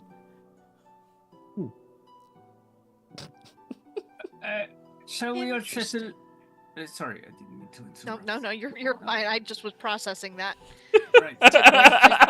Thinking about the dilemma of what word to use. Shall we all settle on deciding on using the word hydrated? A better word. I like it. Yeah. It's a technical term as That's well. much better. Yeah. Nimra, just curious, out of curiosity, what would the cost be if we were to procure this? If we were to find this worm skin and bring it to you. How much would it cost you to? Oh. Well, I would need at least 15 pounds of it. I mean, you're not. You're pretty big, and she'll like stand you up, Flittish, and you realize you're. How tall are you? You're like 5'ish" or 6 foot. 5. That's a great question. How tall am I? I think I remember you being tall, but it might be in contrast of like Ada and Kat. Like Bio and info. That's what I'm looking for. She's 5'2". 5'2". Yeah, then you're like a half head taller than her as she like stands you up. Okay, I mean, you're pretty big. 15 pounds I could definitely work with. If you brought that to me, give me say 3-4 days working on it. I'll work night and day for you because I don't like when people are like you need to be warm. I don't like when people are cold. It's really bad. I'd say I'd only charge you probably another 200 for labor. Cat leaves. Out of character, this is going to be considered frost or cold resistance armor. Yeah, it's kind of the only real solution. Cold resistance armor. Like 200 is you can afford it, I suppose, but I would prefer it. I think if we were to explore other avenues first. Oh, sure. Nimra, that's fine. while they continue to think about it, Sure. we also need some clothing for Ada here. That's Ada Nimra. Hi. And Hi. Damson, the Dragonborn, will need some clothing. Yes, dragon. And, Why do you have to talk about her being born? Dragon is dragon. Like that doesn't like. You're correct. The dragon, Damson, Yeah. will require clothing, and cat here. Oh, I mean, sorry, no, I didn't say cat. I said the cat. None of your business. None. That is such a creative name for a cat. Hi, and she goes over and starts squishing your face. Hi. Oh, I can make you little. Oh, you already have little shoes. What if I made them fur lined for you? Would that be better? Yeah, I bet that'd be better, huh? They just stare. And look at the hats. Oh, we're gonna make some cute booties for you. Oh, it's gonna be great. What color's their favorite? Ooh. Winston Not quite Damson. sure. Damson is one of their favorite colors. Kat, you notice when you point, she seems to have no peripheral vision whatsoever. She doesn't notice. Shit. Oh. Yes, I think purple. Okay. Damson. Purple Now, helps. boots. Tiny difference. Oh, yeah. I can work on all of this for you guys to get you started if you want. If you're not looking for something that unique, the pricing is much, much more reasonable. If I already have it in shop and I don't have to do a custom job for you, then just getting it to be fitted to you, I'll charge you an extra 5 gold. If I have to make it by hand, it will be fitted to you as well, and I'll charge you 12 gold. And if I don't have to fit it to you and I already have it in the shop, then it's just, well, I mean, in addition to the cost is those other prices, then it's just going to be like 3 gold. And I should let you all know that we currently have a sponsorship right now, and she pulls out a sign. Half of all of my proceeds I'm giving over to the orphanage. The kids need shoes. Apparently we had a group of degenerates steal all of the orphan shoes while they were bathing. Above the Cat is table, way trying not to smile. above the table, and Mr. Amazing doesn't know. Didn't shoes get stolen at the other orphanage? Or am I remembering wrong? Or was that another campaign? I swear there were shoes that were stolen. The Saturday game dealt with an orphanage. This one has not. Okay, Yeah. okay. All right, I'm back. Well, I mean, sounds like a good thing. not that the shoes are stolen. I mean, just that you are donating for it. Yeah, half of everything I'm making, it's going directly to myself to make and purchase everything I need to make it for them. So They you're making the shoes for them, or just yeah, right? Yes, somebody that's has what to. The cobbler wanted to charge me, so I'm just gonna make it out of leather instead of boots. Nimra is a great heart and has some of the best fabrics and outfits. And I got all my stuff here. Mr. Amazing taught me the words of affirmation I have to say every morning. I am good enough. I am. Yes. Well, it's always good also to keep some doubts. It's to stay humble. It's a good sign of psychological intellect. Oh, I'm so sorry. I'm not. I didn't mean to come across as arrogant. I'm very, very sorry.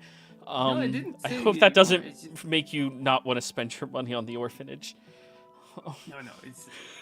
You It's see, fine. she's starting to develop like a panic attack. It's all right. You did not come across as arrogant. I do have a question for you, though. Yeah. Would it help if you were to procure some additional cured leathers and hides? Yeah, of course. I mean, if you bring me your own leathers, hides, I can take that off the price for any custom gear that I'm making for you. And I'd be more than happy to purchase it from you as well, so I can we're running out of inventory. We were supposed to have a bunch of cows brought up here from some farms further down to the southwest. But they haven't, their caravan hadn't made it up here yet, so, fingers crossed any day now.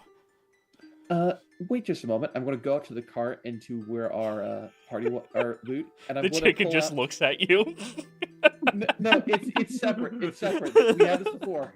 I'm going to pull out 3 medium bundles of cured leathers and hides, and I bring them in. Oh, Because we've had that in the carts since like the Trog camp. oh, wow. This is from the southern Bramber Woods, right? Yes. Oxenhide. Oh, that's very thick. Very good. Yeah, can I buy that from you? No, they're oxen free now. What? Wait, Mr. Amazing, you're playing your tricks again with your voice throw. That's fun. I thought you spoke for a second, and she squishes your face. Cat. Wow. Yeah, what are the odds we bring some sort of mystical haunted cat that speaks? It would be silly. Yes. Of course, you can purchase these from us. Oh, wonderful. Yeah. I'll take your expert opinion on what you want to pay for them, of course. Well, let's get everything together all at the same time. You, Ada was your name, right? Ada? Yes. Ada? Yes, Ada, you can call me Ada. We absolutely have things that'll generally fit you, but if you need it to be fitted to you, that's fine. I'll do the work. It's not a problem. And we'll, I can. Right. If you give me I just need the clothes. I can do the fitting myself, I think. Oh, are you a seamstress? No, but recently I know how to do it for some reason. Huh, weird. Nice hat. So she gets some clothes and things. You will need earmuffs, though, with the hat, just to cover your ears. Right. Sure. Yeah. Do you have enough cloth, by the way, as well? Or are you running low on that as well? I need more cloth. I always need more of it. There's only 6 shops in the entire town that do linens and leathers and things like that. Mine doesn't do any of the military stuff.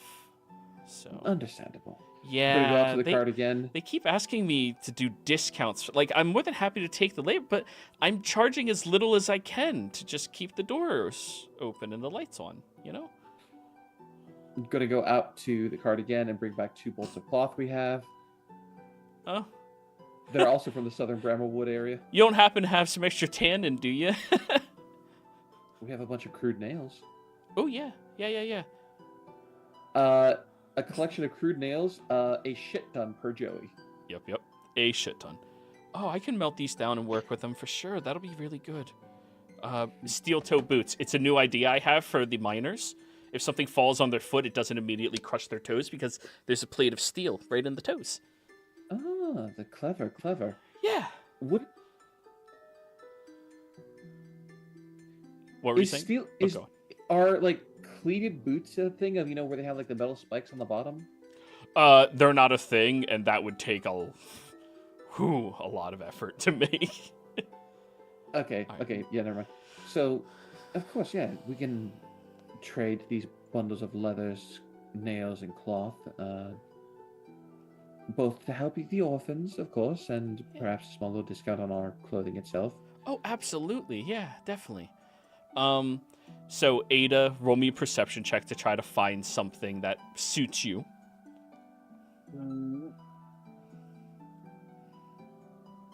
22. We love 22. You can find some clothes that look like they will be much more reasonable for you to stay bundled and warm with and suit you well. Because you're not concerned about it fitting perfectly, you just need to make sure it's big enough to fit all of you, which it 100% is. And when you look at the clothing rack, you can see it's labeled as 3 gold, just like written. All right. Well, I'll pay for one for myself. Yep. Damson, perception check from you. That's probably going to be something custom because Damson is 6'7" with horns. Yeah. Perception. Dirty 20. Okay. So.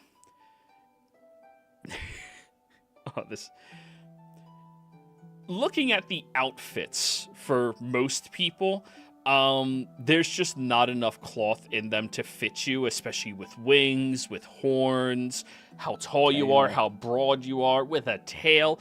However, there does appear to be very nice looking horse clothing that could be refitted to fit you much easier than adding. It's easier to subtract from cloth than it is to add to it. Damson's actually going to look around no. How difficult would it be to rework that, pointing to the horse gear, considering it's subtracting rather than adding? Oh. Well, if you just purchase it and I get to keep all the scraps and leftovers, I can refit it to you probably in less than 6 hours. What's the price on it? The full price is 5 gold. Whew, pricey. Yeah, considering it's, designed for horses. Yeah. And if, she said, if you let her keep the scraps, she'll refit it to you. Mm-hmm. Okay. I can do that.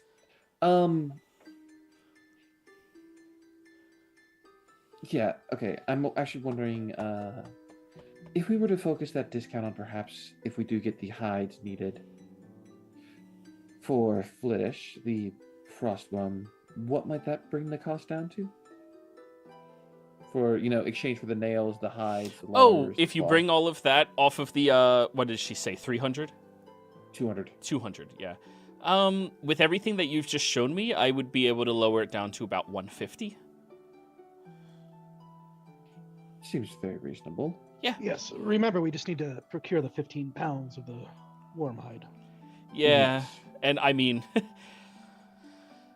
the only place in town I know that has any, it might be a little difficult to get. How so? Whack. What about getting some from a worm itself? Oh, yeah, you guys could go out there and try to hunt one if you want to try. They're real dangerous. But he said you killed the Abalai, and that sounded really impressive, too. Right. Again, I just want to say here, I think we are sort of, what's the expression, putting the cart before the horse or something? We are attempting... Well, I mean, if we... is there a healer in town?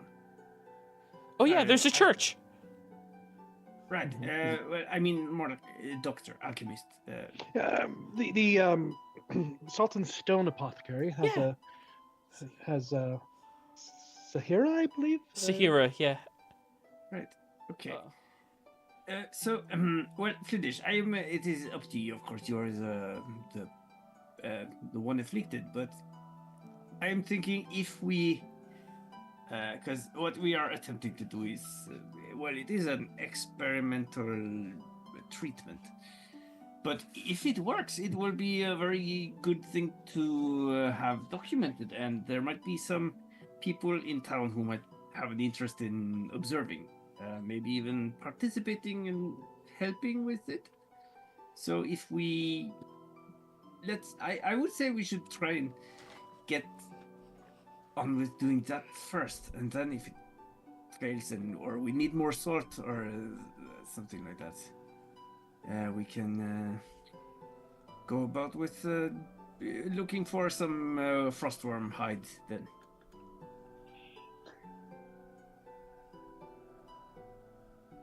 You're muted.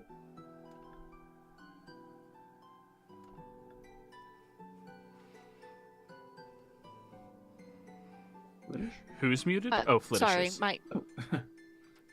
Sorry, my husband was distracting me. Damn husband. I'm right. He knows I'm in game time, but he insists on talking to me. How dare he? I'm sorry, Ada. What was that you were saying? I was saying if we get some of the other academically inclined people here in town, like a healer, maybe some of the mages, maybe some priests, even if they have the interest.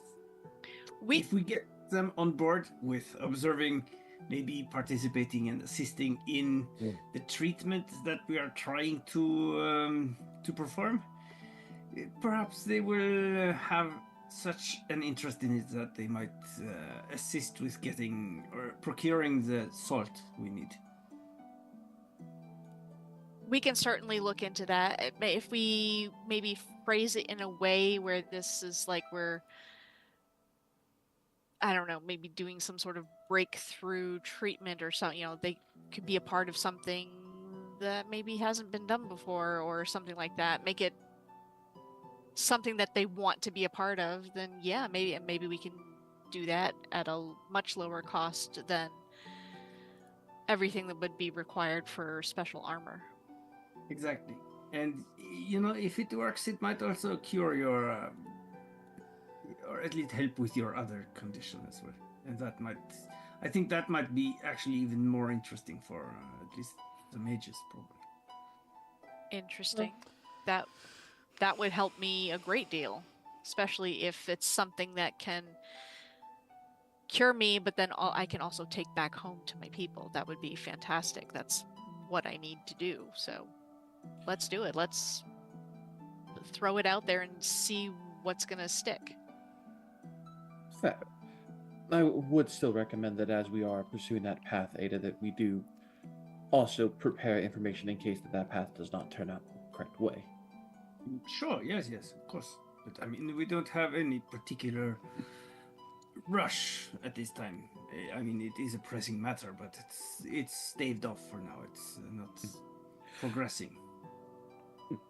The owner of the shop name was Nimra, right? Yes. Mm-hmm. Miss Nimra.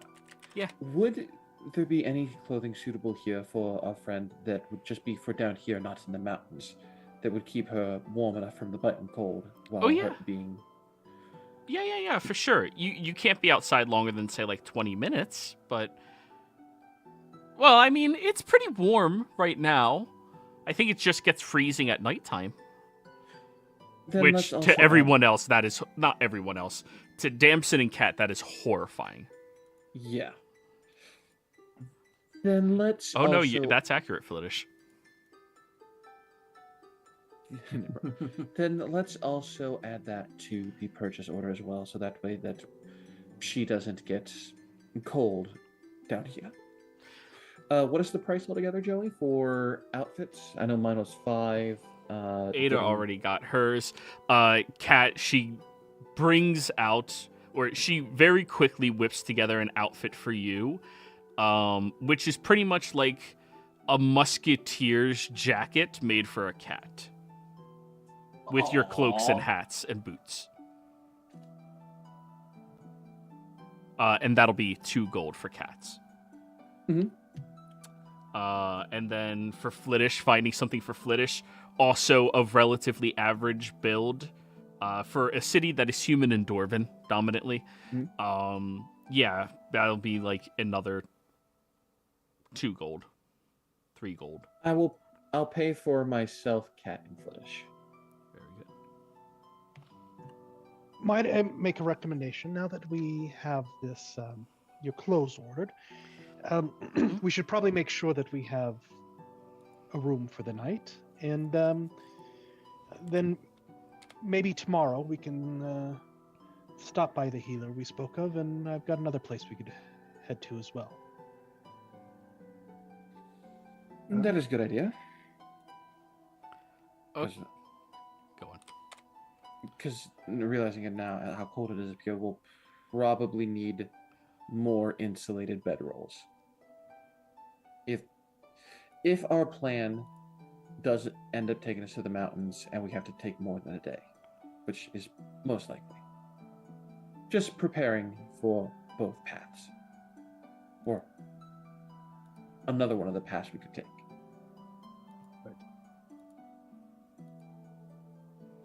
But yes, thank you, Miss Nimra.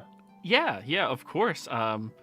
Good luck with your affliction. If anybody can help you out, I'm sure Sahira will be able to do so. Thank you so much for your kindness. Yeah. Oh, don't forget your tea. Just drop the mugs off outside whenever you pass by again.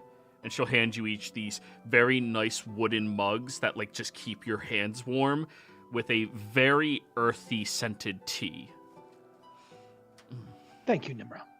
Yeah. Appreciate it as always. Yeah, not a problem. And all of you who have a positive beyond 11 perception, she's about to place her hand on top of the edge of the stove. Stove? That would be the 3rd time this week. Oh. Yeah. Thank you. See, such a sweet guy. Oh, if you're available next Sunday, I think one of my other nieces is having a birthday party. I'll look into that. I'll let you know on the morrow. Yeah, definitely. Let me know. Okay. All right. Bye, everyone. All right. Bye. Bye.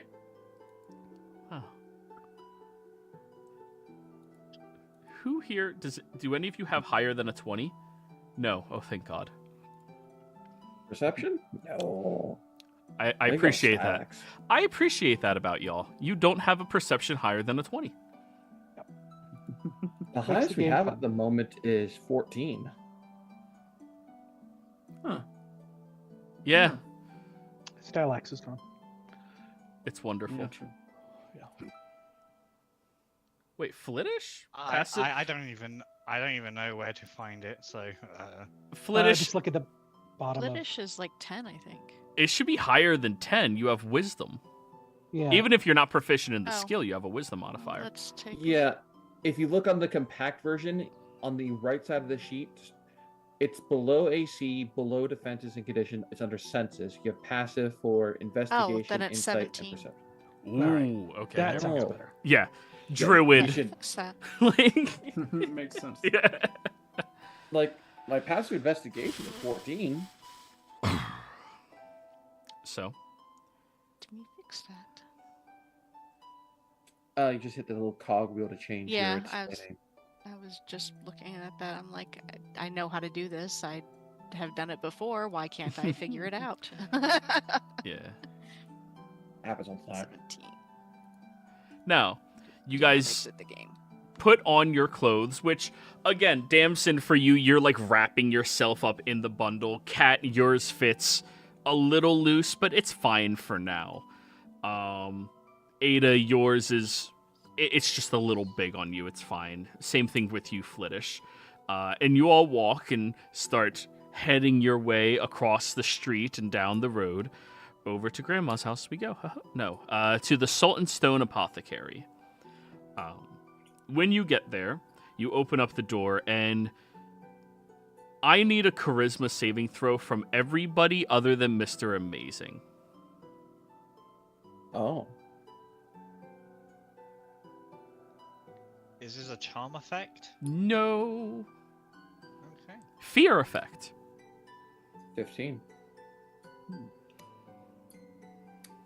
That one. Good Story story. pushing Ada away from the So- carry route.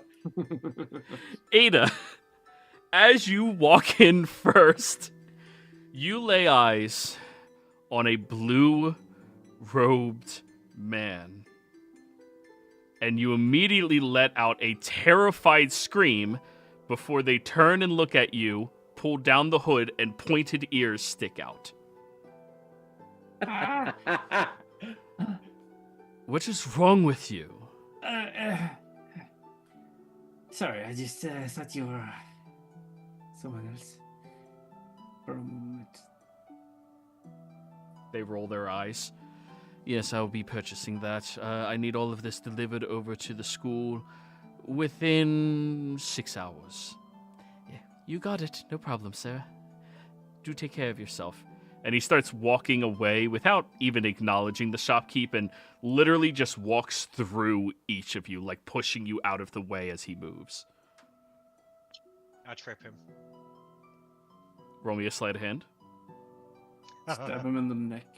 Oh Can I no, he assist? fell into my sword. He fell Yeah. into my sword 6 times.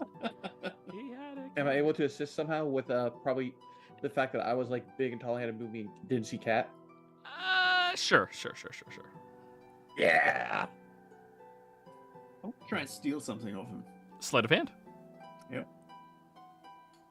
Oh wait, you're the one who failed the charisma.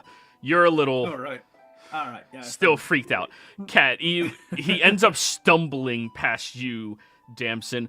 How dare you get out of my way? And they try to like shove you, and Damson, you're too tall for him to shove away as he just like stumbles and moves, and the shopkeep's eyes are just wide. And are you guys morons?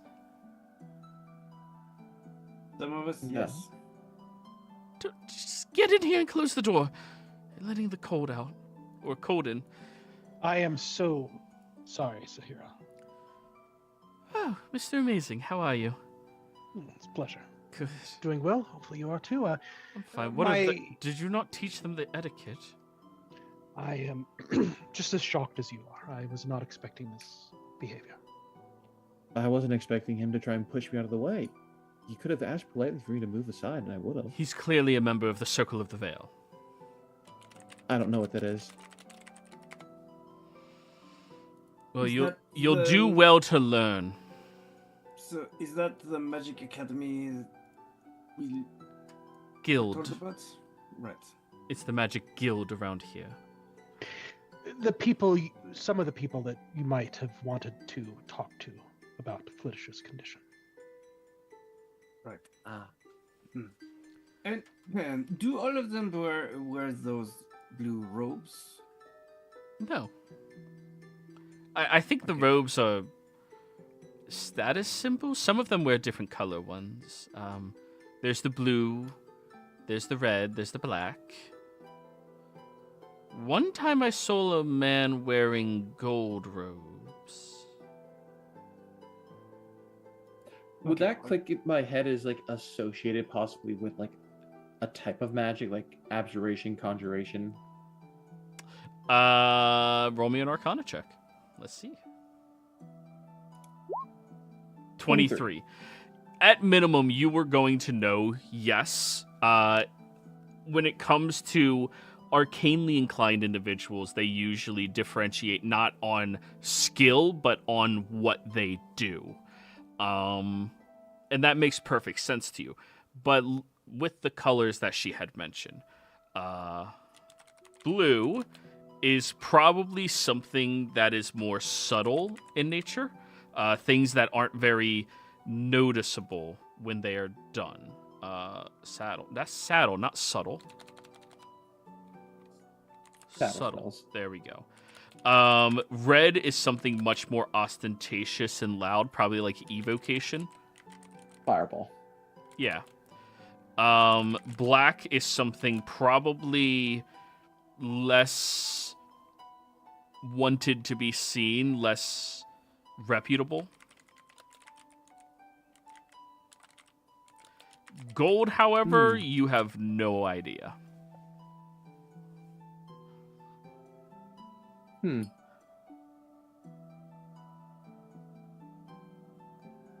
I see.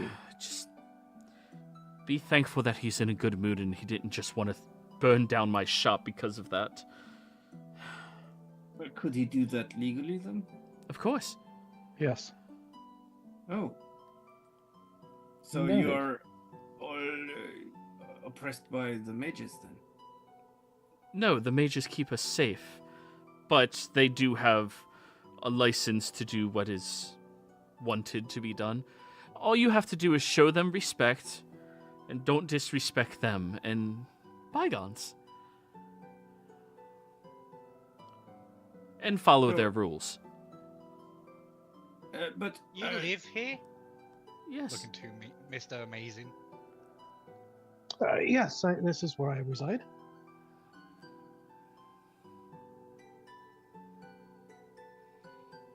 It's a great city. And Sahira here is one of the best healers that I know. Thank you very much. right. I'm sorry for the fuss upon entering. I was a little bit spooked by the. It doesn't matter, but my name is Ada. I also consider myself somewhat of a healer. Yeah, I guess you could say we are colleagues to some extent, probably, maybe, hopefully. Oh, wonderful.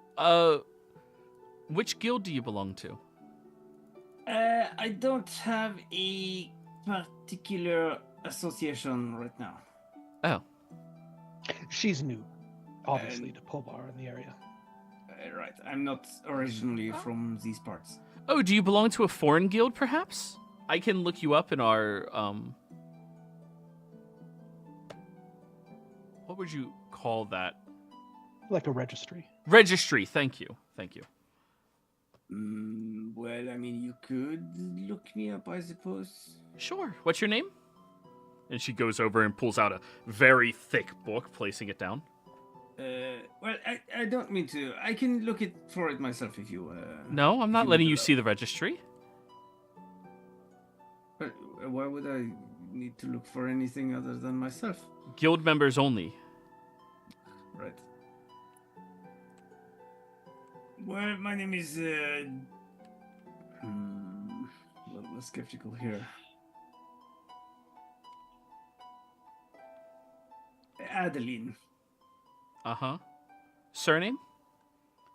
Yes, I have that. Well, okay, so you are using surname. What is it?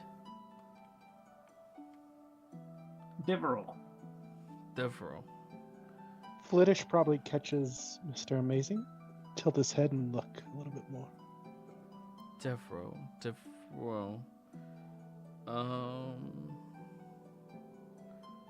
No registration for an Adelaide. Adeline. Yeah, however you want to say it. She closes it. Squint hostilely at her. Where's the wizard? Get him to burn it down. All right. Well, I suppose that's good to know anyway. But are you familiar with aboleths? No. Okay. Well, aboleths are aquatic, subterranean, subaquatic, deep sea creatures. And they are capable of afflicting people with a sort of wasting disease that transforms their skin. Maybe not just their skin, but their whole body, unless it is staved off with certain methods. I have one of my, patients, companions, friends here, Fliddish. Hi. Don't worry, it's not infectious. Thank you. I was worried. So? Flittish will show, like, she'll take off the cloak and kind of, like, I guess wait 10 minutes and so that they can see what it happens. She'll also show the Dalkir wound.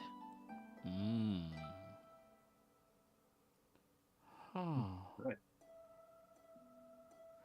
Well, So- I don't know about the translucent thing happening to you. If I can take a small sample of you, I can look at it a bit more closely, see if I can't figure something out. That other mark, however, I think I've seen before. Let me check my different registry. It's called the Dalkir.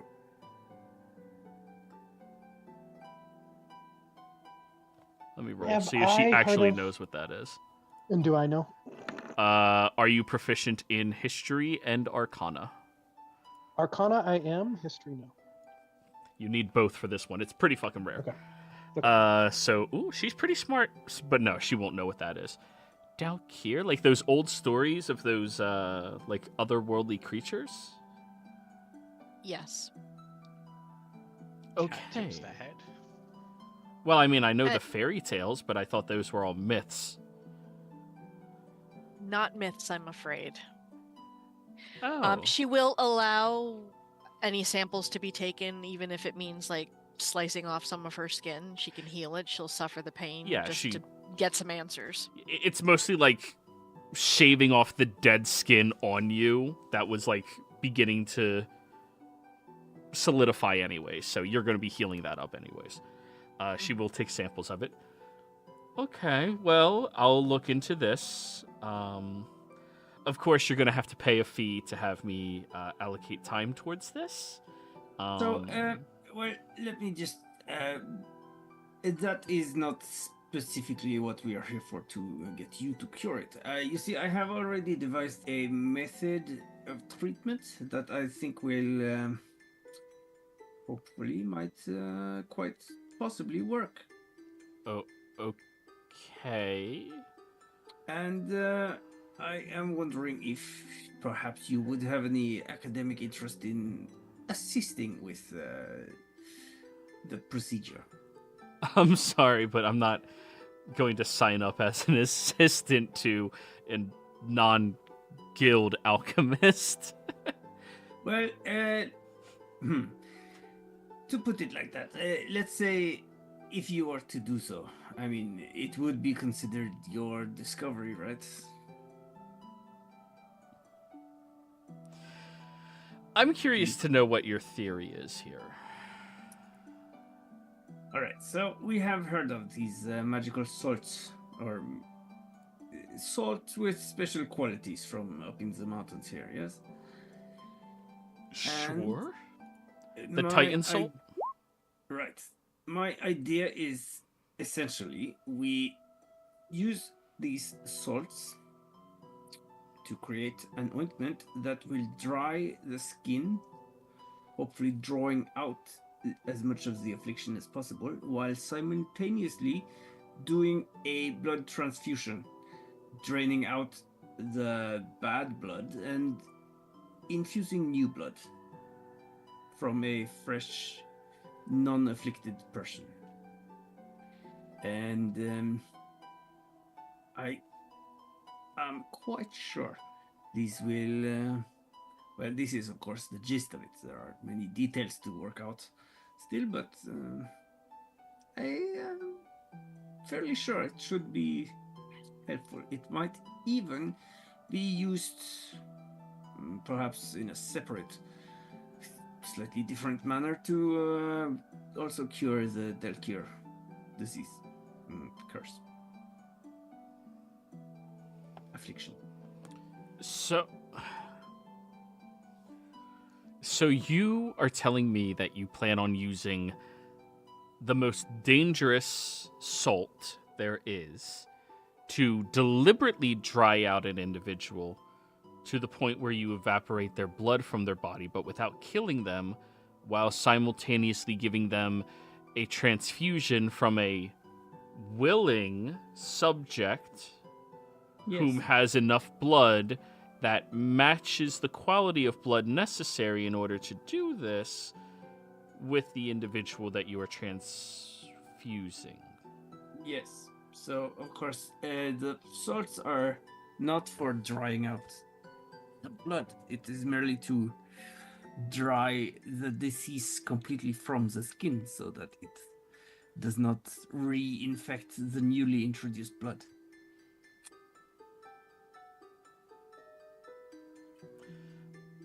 It's an interesting theory. It's not a... Well, it has been... well, in this case, it's a hypothesis. Applicable theory. Because Well- you can do it. That's what a hypothesis is. Oh, I thought that was like what you are. No, that's a... She's an apothecary. What's the difference? Mr. Amazing, please stop throwing your voice through the animal. It's really I- not necessary right now.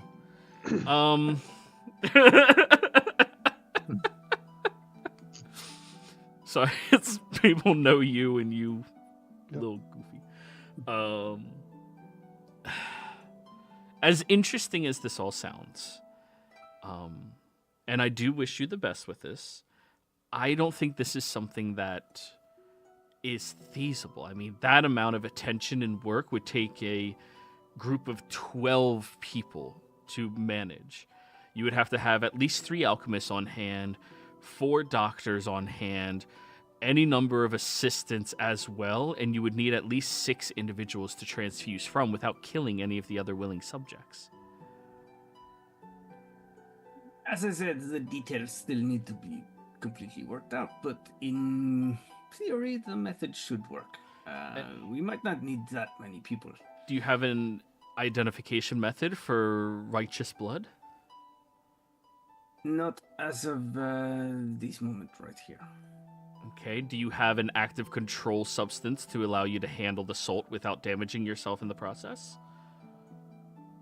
No, I don't know much about these salts. That is why we are here. Do you have any of the proper needles, leveragings, any proper vials and handlings in order to properly transmute blood from one individual into another? I have quite a bit of medical supplies I could use with some supplements for it. You would also need to procure the salt, which in itself would be a task of money and... Right. Well, How the salt... hard would that be? The salt? I mean, depends who you are. If you're a member of the Circle of the Veil, not very hard at all. You just need money. If you're not one of them,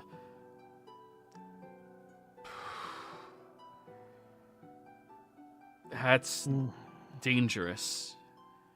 I mean, there's harpies, there's worms sometimes. Luckily, in this season, they're usually not as active, but there still can be.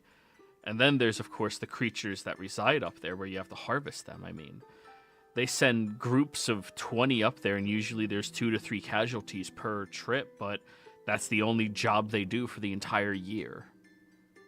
They live practically like kings. All right. Well, my hope here was that you might be interested in helping us with getting this project underway. If you have any acquaintances who might have an interest in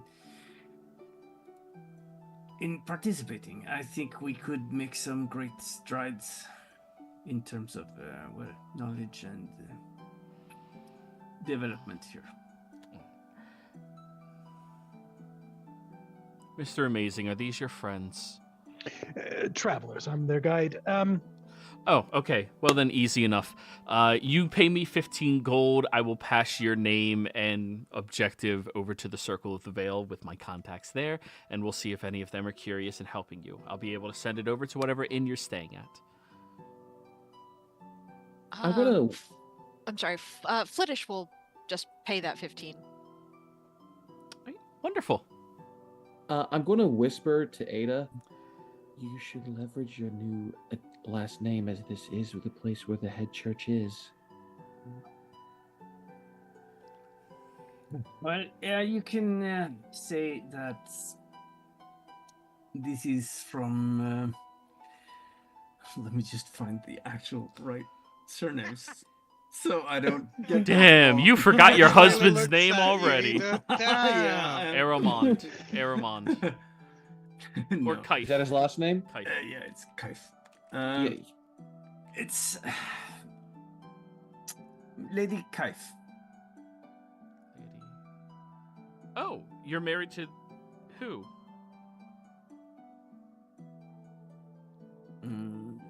What am I? Yeah. Here, Baron Kaif? here, Baron- I Yeah, but there's- what's his? Baron Kaif I Alashad. like how the cat knows your husband's name. Well, to be fair, you get along great with him compared to Ada. Yeah. Kaif Alashad. Yeah, Yeah. Alashad. Alashad is the last name. Kaif is his first name. Yes. I'm sorry. I'm sorry, my lady. I'm sorry. Right. I will take note of your name, and I'll be sure to expedite them with it. Have I heard of the Baron? Oh, 100%.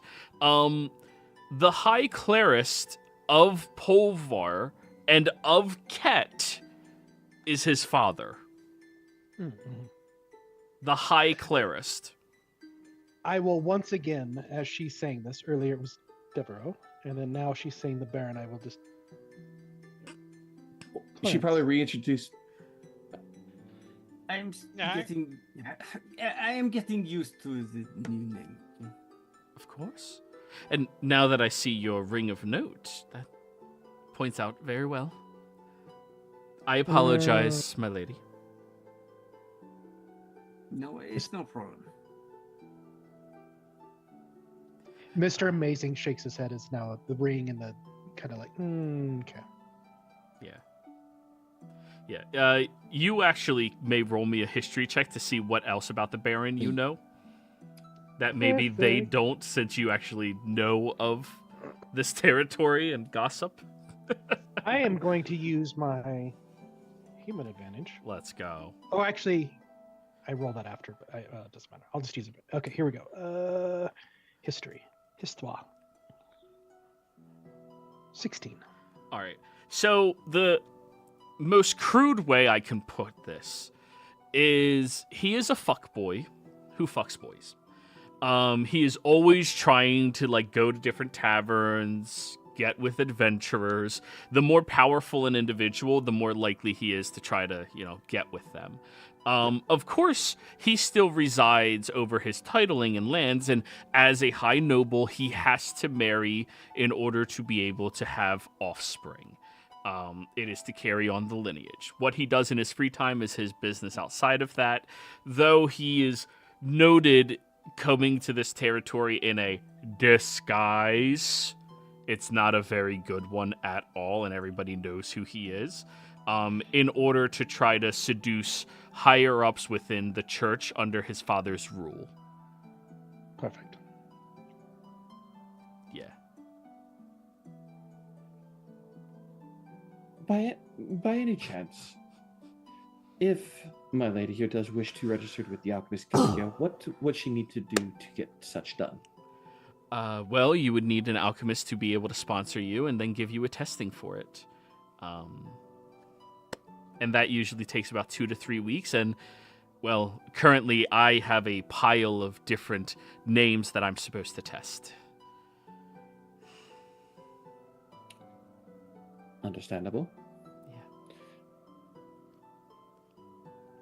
I'll get to them eventually. It's just... She looks over at the pile of paper. It's so many. And if you remember, Ada, you did have the guild in Karashan send letters out for you, and Damson had for her to have people test them. Yep. There is a possibility that she actually might be in that pile already. We did initiate the process back in Karashan. She walks over and... Let's go through it then. takes the one from Karashan out.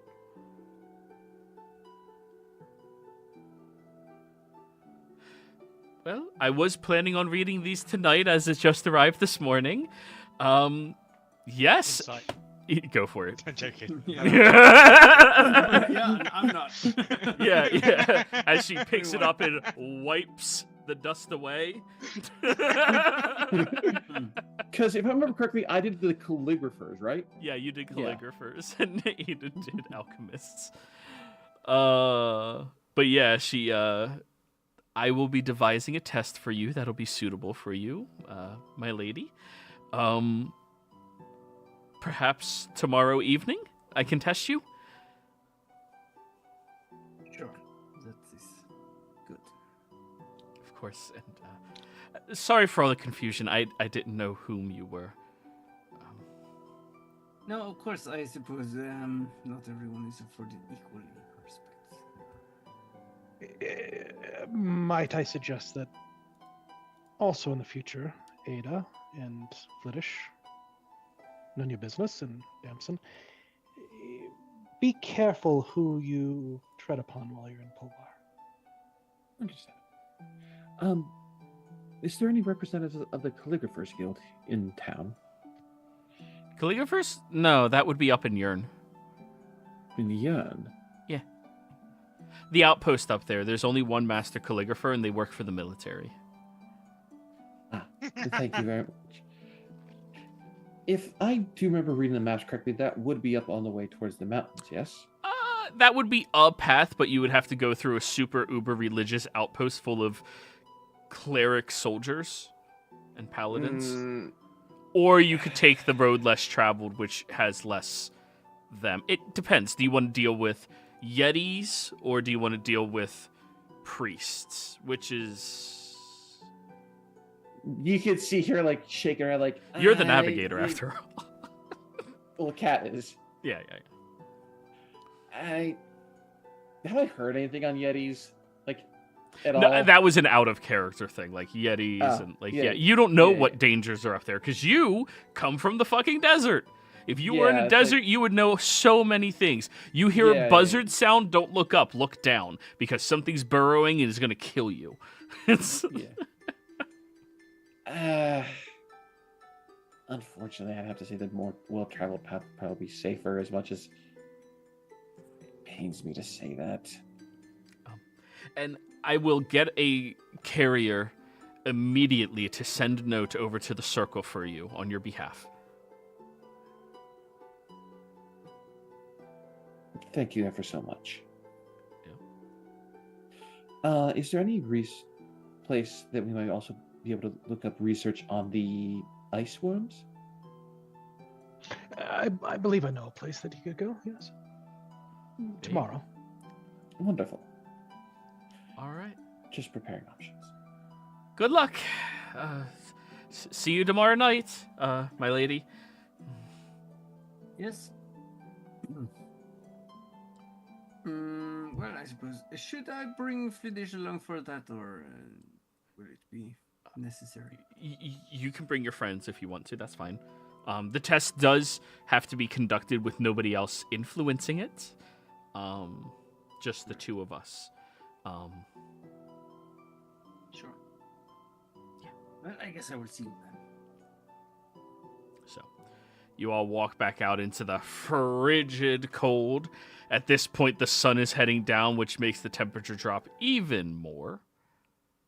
I recommend we head to the inn now to make sure the place we're going to stay to make sure that it doesn't get too cold, and that there's room. Yes. Right. Would hate to see this 4 of you stay in the cold tonight. So we'll head over to the salt store. Where is it? I want to get the name right. We'll head over, and I kind of direct the way, and then we get in front of the Salt Spire Inn. There we go, the Salt Spire Inn. immediately, trauma flashbacks for all 4 of you.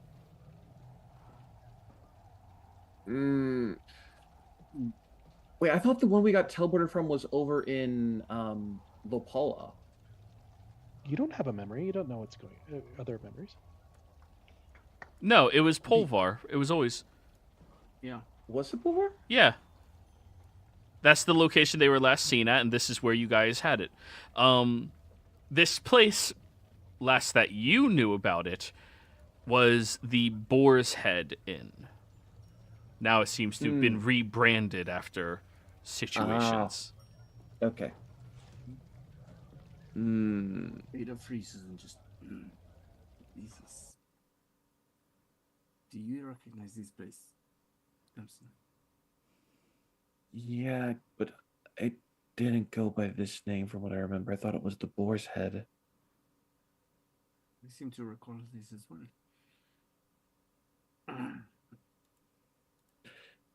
So there's a non-zero chance that someone in there will recognize us. Or perhaps even stuff that might have been left behind. Which should ask, once we get in there, if there is a collection of lost items from people that left them behind. Let's just... Mr. Amazing. Yes. Have you any... Ada, Adeline, Devereaux. Adeline. Yes, Adeline. Alishad. Yes, lady. Would you have any knowledge of a event that occurred here a while ago with some people going missing, probably? A mage doing some sort of big spell. It was probably known by the Boar's Head Inn at that time. Initially, I thought you were going to be talking about a celebration of sort, but wizards, not uncommon. Spells, not uncommon. You say people going missing? Here. Well, yes. So. Was this used to be called the Boar's Head Inn, right? And what do I know, Joey? This place was just a year ago called the Boar's Head Inn. Of course, there was a strange situation where there was a nasty blizzard that blew in from the mountain, despite it being the warmest season that this location has had in a long time. And after the blizzard ended, it looked like there was a massacre that happened here, and the establishment was mostly burned down. The walls still were fortified and stayed up, but the majority of it was burnt down. It's not that there was missing people, it was just presumed that everybody was dead. Oh, prior owners. This used to be the Boar's Head. But about a year ago, there was a nasty blizzard that came in. Less Absolutely than a nasty. year ago, sorry. Less than a year ago, sorry. Less than a year ago, there was a nasty blizzard. That must be what you were talking about. No one missing, per se, just people dead. So, a blizzard burned the Yes. place down. Well, I mean, blizzard and cold, and I'm sure there was a lot of wind, and I'm sure somehow a fire started during that blizzard. Maybe they're trying to get warmer. I don't know. But there are, and I've mentioned this before, and I think I need to mention it again, many wizards in this town. And I highly recommend being careful to whom you just watch out. Right, I understand. Do you have any acquaintances among these wizards? Friends, perhaps? I know a few wizards. Maybe tomorrow we can.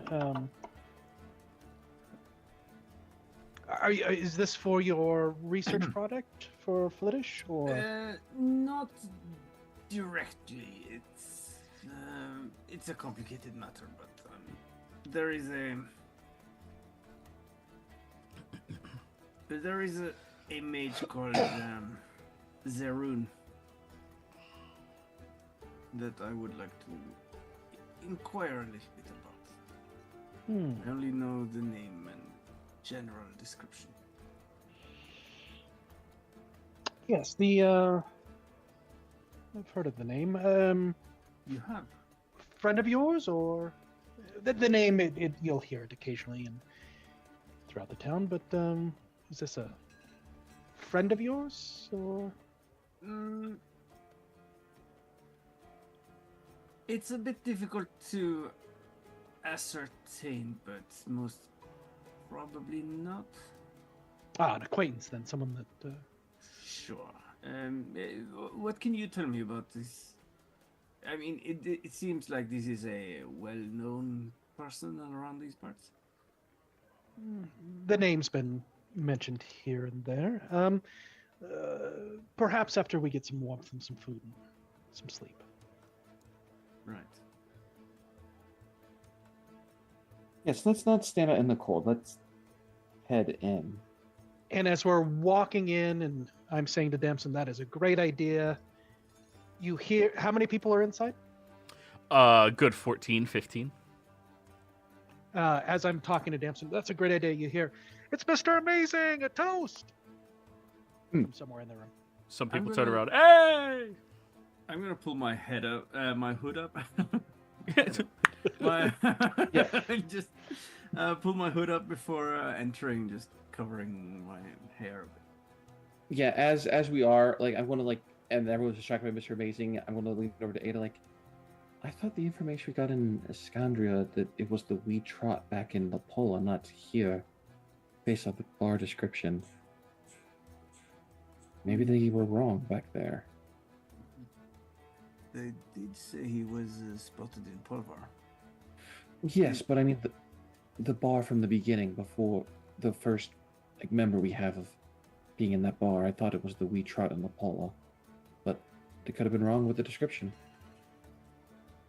Yes, it's a bit difficult to remember exactly who said what and where and all of this, but I was figuring the reason we went here was to potentially strike two birds with one stone.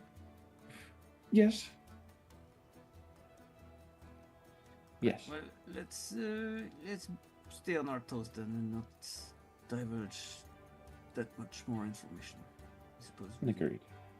already have to trust Mr. Amazing here, but we don't have to, I suppose. But yeah, we'll see. Dumb question. Go ahead. Sorry, dumb question, Joey, but it just occurred to me.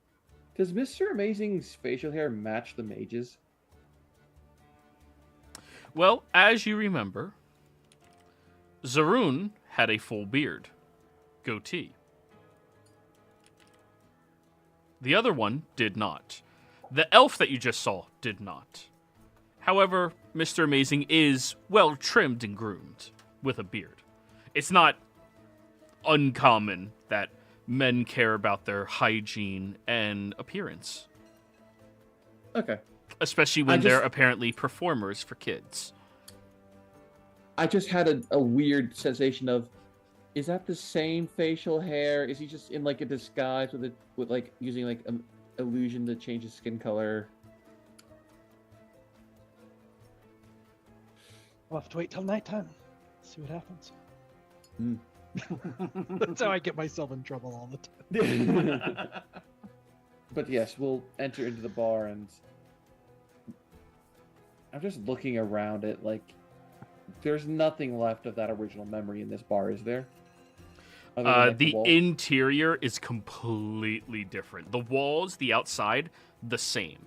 The inside, however, all of the tables have been moved, relocated. The bar is differently shaped, differently sized. Even the booths that, Ada, you were the one out of everybody here sitting in one of those, is completely different. Now, Flittish, if this place is reminiscent at all of how it was previously, there's a back room that you know there's supposed to be some type of secret message that you convey to somebody to gain access to. Do I even know this place? You have the same memory loss issue as everybody else. Okay, so then I would have been here before. Yes. I think we went over it during our one-on-one. Instead of you being in the tavern itself, you were in the back room. Gotcha. Okay. Yeah, because you came here for a reason. Okie dokie. Go to then like the innkeeper if there's like a place while Mr. Amazing is entertaining the guests. Like, I'm just socializing, talking to people. Yeah. Grabbing some gossip, trading.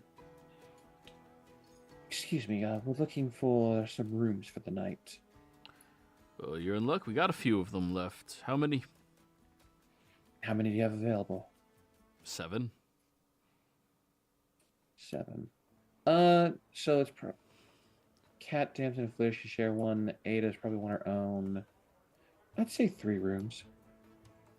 3 rooms? All right. Just for one evening? I'd say let's hold them for a week. A week. Okay. So that's sorry.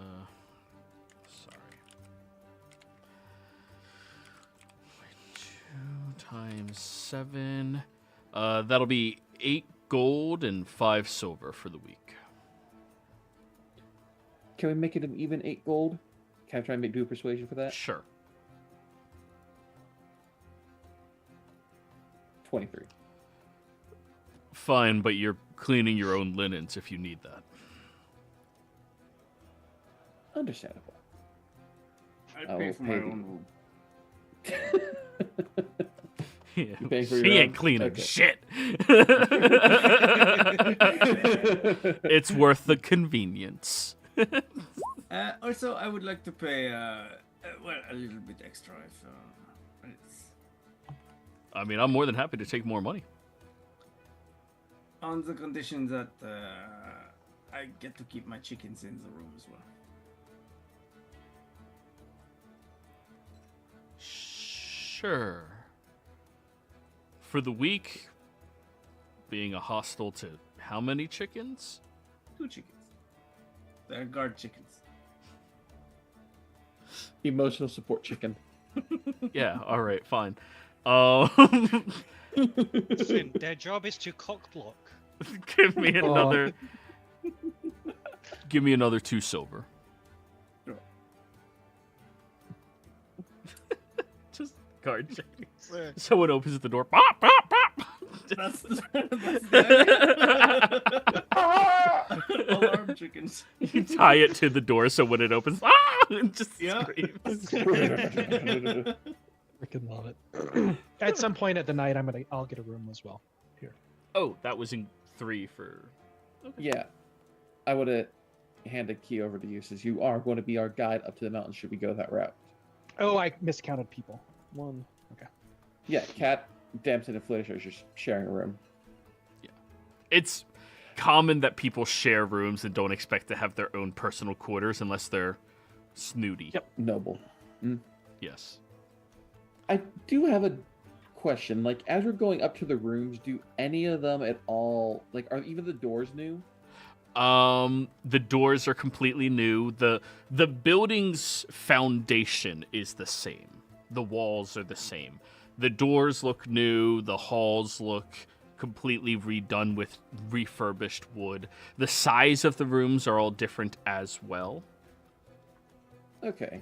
Because I was wondering if maybe I recognize any of the rooms as one that maybe Cat and Damson might have been in here before, with the idea that maybe something might have been stored in there that in like under a floor thing if it was important.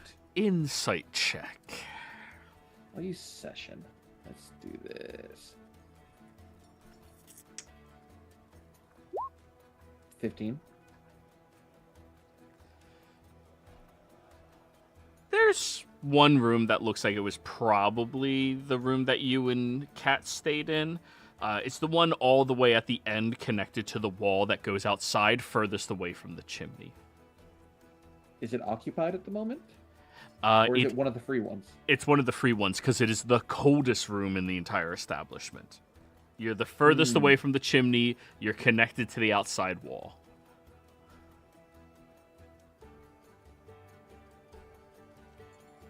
Well, seeing as we haven't chosen our room yet, we'll check it out first to see, because I assume it's fine for hey, we're going to check out the room, see which He one looks gave the you best. keys to specific rooms. But if you want to go back and say, hey, I want the cold room, you can do that. I'm gonna look to Kat and Flittish as like we're walking out. Like, I have this feeling, Kat, that we might have been at the one at the end before. I might go and see if I can procure that room key as well. Maybe something was left behind before the remodel that we can look around for. And I'll actually go back to the front. Like, can I also get a fourth room, the cold one at the end, please? Yeah, sure. Yeah, definitely. That room you'll get a discount for the week. So, what was it? 8-4. So that'll be 2 gold, 5 silver for it for the week. I'll pay that full price for it. Yeah. Here you go. So that we can check it out. A little falling out with one of your friends.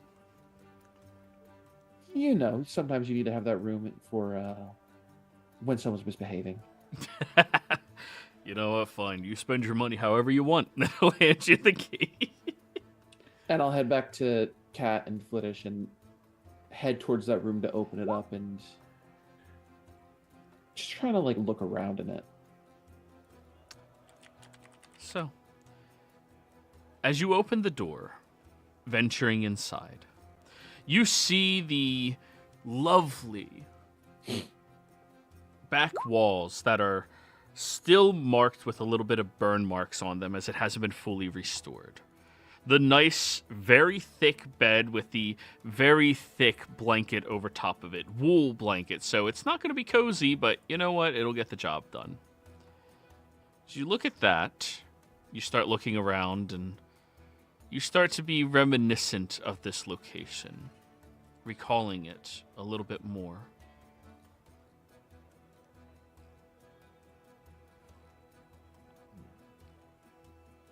Probably going to start looking for any areas of the floor that might have not been replaced, or check for any of the burned bricks to see if maybe any of them are loose. Okay. Go ahead and roll me a perception check. Kat, could you give me a hand checking this room to see if maybe we left in here in the past? Bach Cluckerberg. No, I don't care about our memories. Okie dokie. Query. Perception, you said, not investigation, correct? That is correct. Now you fleetingly get to make investigation rolls. Super rare. Yeah. 7. You don't find any there, at least on the first night. Okay.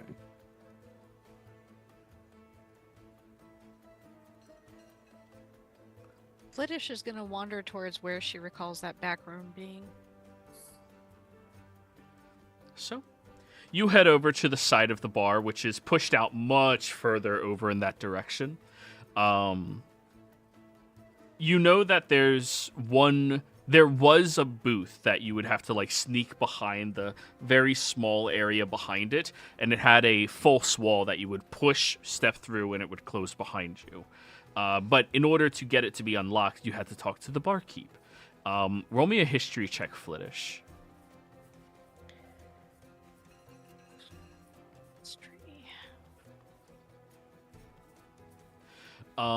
You have to order a silver ale that glistens in the moonlight. I will flag down the barkeep and order a silver ale that glistens in the moonlight. Huh. Hate to disappoint you, but we don't have that in stock. Funny, my dad used to say that sometimes. Rest his soul.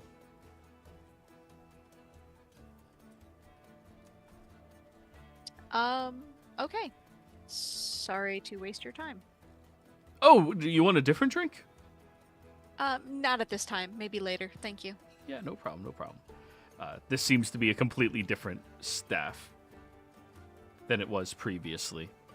But you know that there's some type of mechanism behind the bar somewhere that'll open it up. Is this a 24-hour bar? The bar is not 24 hours. The tavern is 24 hours, but not the bar. Okay. I will wait until people disperse for the evening and investigate without having to make excuses. Okay. So, everyone else, what are y'all doing?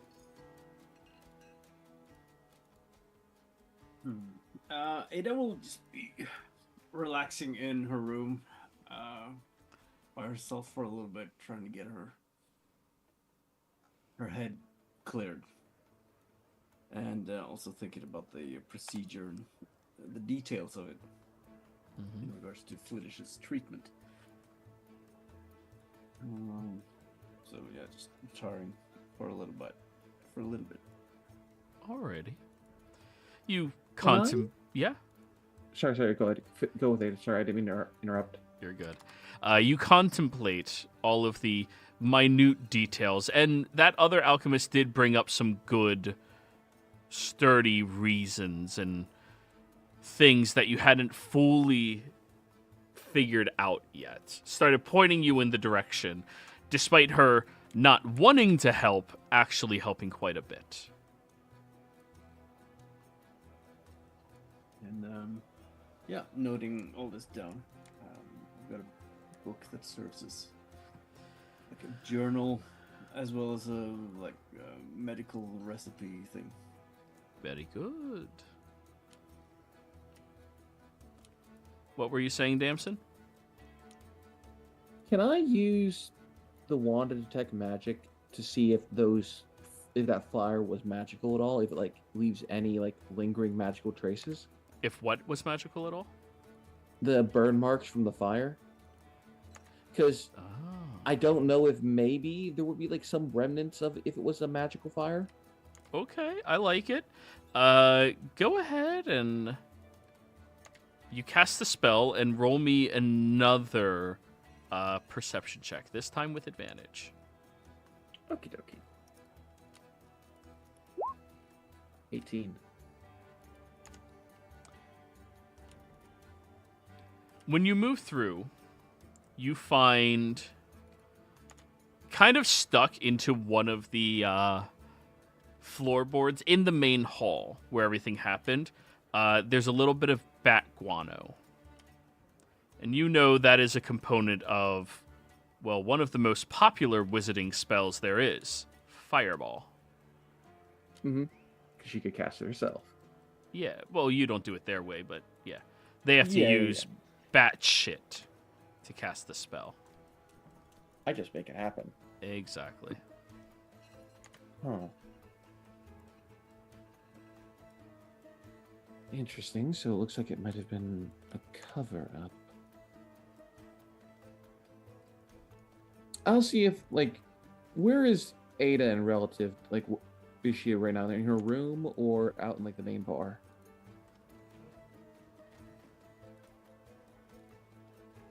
Ada? She's in her room. I'll go over and knock on her door. You'll hear It's just yes. me. Sure. Can I come in? I'll come in and close the door behind. You know how they said the bar burned down? Yes. I found traces of bat guano in some of the floorboards. Bat guano. Bats are not native to this climate. Correct, yeah. But it is a component for wizards to use fireball. Huh. That is the exploding type thing, right? It's kind of like the one I can do, but they can't choose who it hurts. Huh. They have to get outside resources to do it. I don't.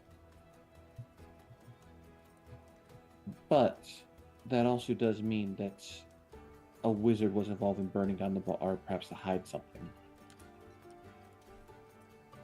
Maybe. Oh wait, I'm not there. Sorry. I mean, Cat, you probably come with me if like you aren't doing anything else because we hang out together all the time. No, it's fine. Okay. Well, I sort of I didn't expect us to be able to find the traces of what was here a year ago. The place has been rebuilt entirely. Yeah. But I was. Go ahead. But I figure we should probably also look into a bit about the other people who were. And I mean, there must be someone in town who knows what exactly happened, right? And maybe there were. Well, I know Mr. Amazing. I hate that name. He said there was no survivors, but there has to be some witnesses who saw something, right? Hopefully. I do know that in that back room, the cold one at the end, I have a feeling that Kat and I were in there before everything happened, but I couldn't find anything maybe we left behind, but that room isn't completely redone like all the others. All right. Well, But then again, it's the same thing of I could have missed something. Just like maybe you might remember something being further around this tavern. Like, have you thought on it yet? well, sure. I suppose. Well, if you show me where this place is, I suppose I could go have a look at it. Yeah. And try to remember what room you might have been in. Because maybe you left something hidden in that room. Like, my theory was that maybe something was left under a floorboard or behind a loose brick. I just couldn't. If I did, I can't remember which one I did.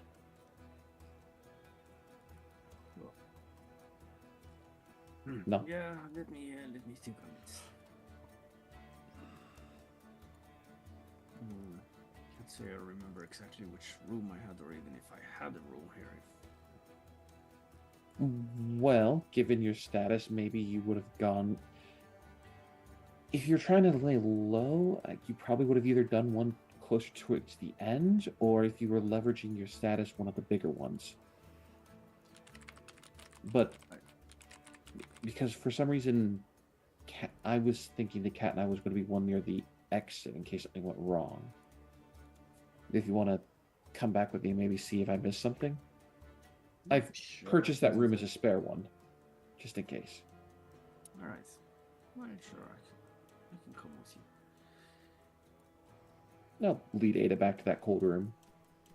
Yeah. So go over. I assume there's like a small desk or something in the room, maybe. To the room that you were previously in? Yeah. Roll me a. No, the room I have now. Oh, the room that you have now? Yeah. There's a Yeah. small desk. There's not any drawers, but it's just like a flat surface desk. Yeah.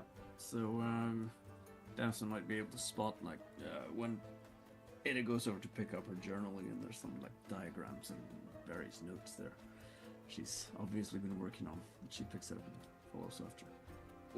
She notices, but she's not going to, necessarily say anything to Ada because, Damson does her own stuff. Ada does her own stuff. Yeah. But she will say, do let me know if you need any help with any research you might be doing. I'll provide what assistance I can. Sure. I mean, a set of extra eyes never hurts. It's part of it. It's part of the reason why Depends on who you take the eyes from. Okay, let's go have a look then. Yeah, and I'll take Ada to the cold room to see if she can do it. Give it a once-over as well. Awesome. Mr. Amazing and Flittish. Oh, wait, Kat, where are you? Are you in your room? Are you following Damson and Ada? Are you downstairs with Flittish or Mr. Amazing? I'm watching from the shadows of the outskirts, watching Damson and Ada line. Okay. So the three of y'all are upstairs right now. I just have you guys here on the map. You're not there, obviously. You're upstairs. I would like a perception check from Flittish and Mr. Amazing. All right. Perception. 57. Wait, you said 57. 20. Natural 27.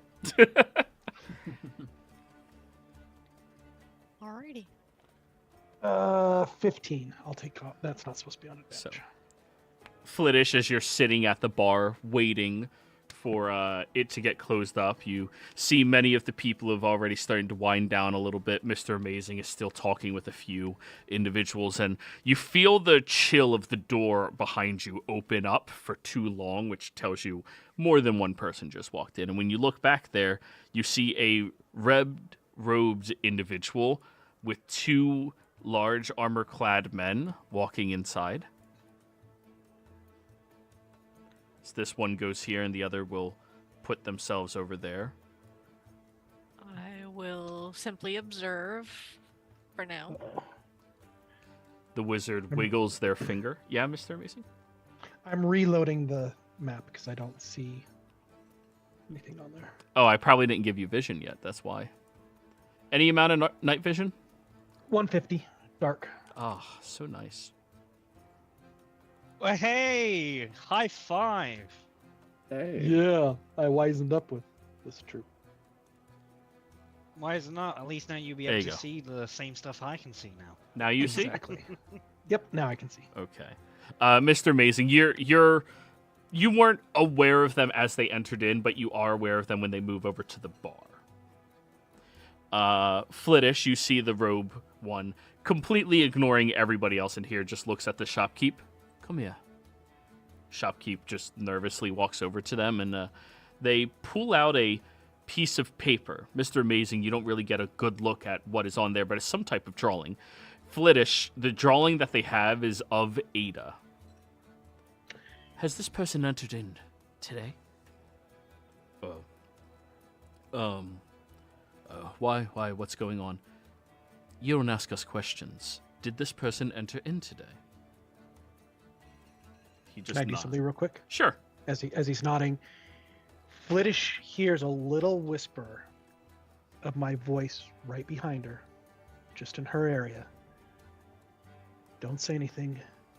Pay attention to the wizard and the guards. Let me know what they say.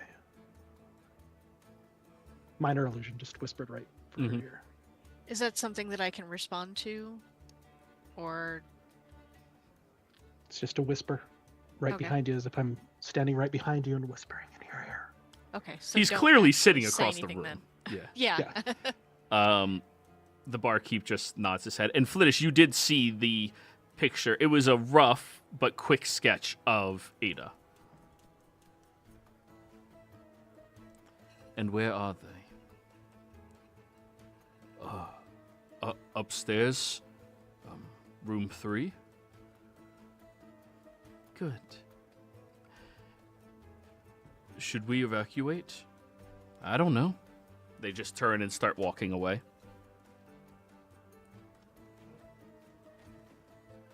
I will slowly get up and start to go over to the bar, as if I'm gonna get a drink or something.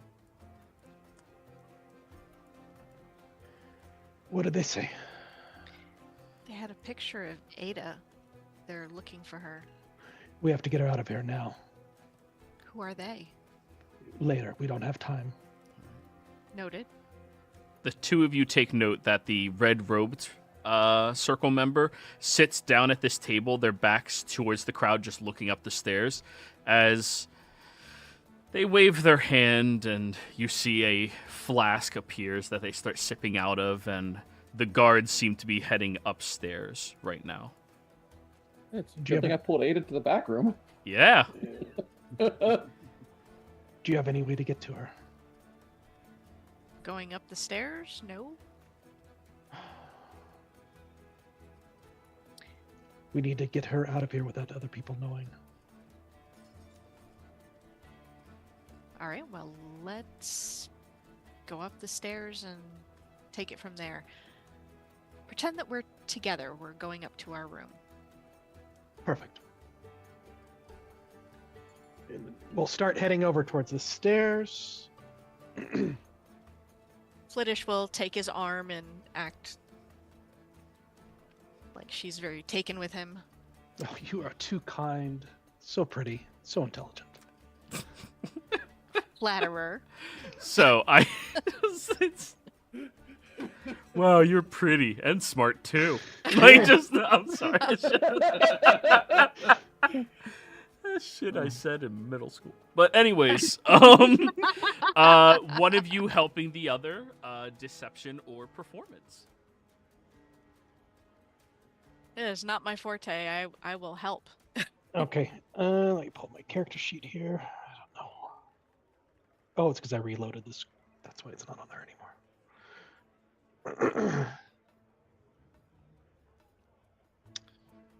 Skills. Kat, you're invisible in shadows, right? Yeah. Okay. 19. Okay, yeah. As the two of you are walking past him, over towards the stairs, you see he looks like he's about to stop the two of you until you give him the, look, and he just rolls his eyes and keeps drinking as the two of you head up there. The guards are a few good paces ahead of you. Kat, sitting in the corner in the hall, watching and observing at the nighttime, you see these two individuals walk up the stairs, and they immediately count 1, 2, 3 and point at Ada's room, as Ada and Damson, completely oblivious, all the way down the hall in the other room. They both are moving over towards the door. Okay. With that, then, I will. Yeah, move over within the shadows to the other end. Okay. By the time you two, Flittish and Mr. Amazing, making it upstairs, Amazing makes it upstairs, you all hear a loud crashing sound of a boot slamming into a door. Followed by Yeah, just chickens freaking the fuck out. Ada and I are in the far end room, like, well, it's a good We'll thing I go brought it around. down here. Oh, sorry, go on. I didn't mean to interrupt. No, you're looking over Ada. It's a good thing I dragged you out here. There should be a back door right there. It's a window, but yeah, it's Or- amazing. window. And yeah, you guys, like, you're in the back corner, furthest away against the wall. There's a window that leads right outside. Mr. Amazing and Flittish, with the two guards distracted by two fucking chickens clucking at them. You easily sneak past them to the end of the hall, where you see your other allies are already looking a little concerned. Everybody's back together. What are we doing, guys? I will look out the window and see, is there like a roof beneath, or is it just a straight drop down to the ground? There's one of the short awnings. It's like scalable by stepping on it, but you can't really like run across it or anything like that. Very short one. You could jump down and then jump down again, maybe, though? Oh, yeah. Good tumble fall. It'll barely hurt.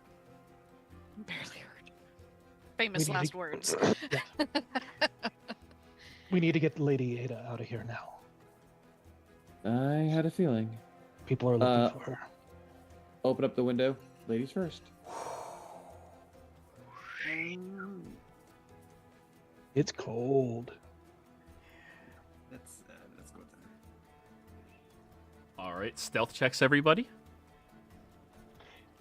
Stealth. Advantage You from didn't the tell me clucking I'd have to chickens? roll stealth. No, huge distraction from the clucking chickens. Because you all do hear one of the guards shout, "She's not in here, just chickens. Search everywhere." Hey, 21. Ooh, you guys are good. Let's go. Maybe they think I've polymorphed into a chicken. Ada, do you have advantage? No. Okay. It's a 16.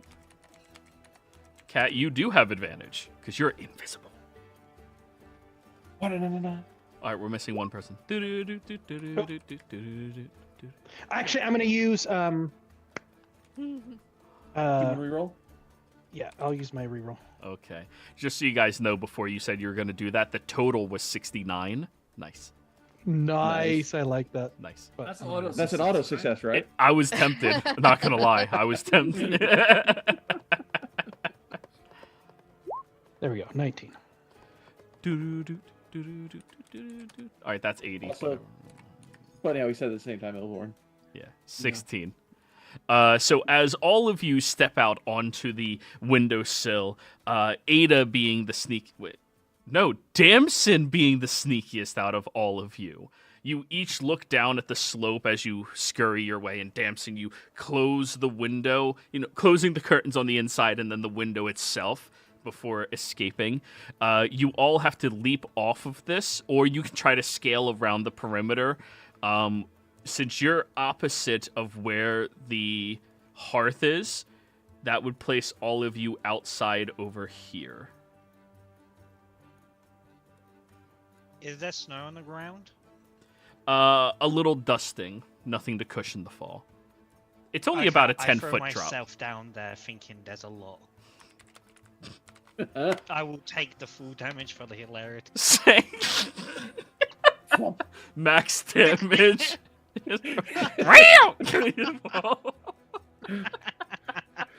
Love it. At least you landed on your feet. Yeah, oh, that's... My knees. Clogs are not made for jumping. How many people are there in there? Speak up a little bit. You sounded real quiet. How many people are looking for me?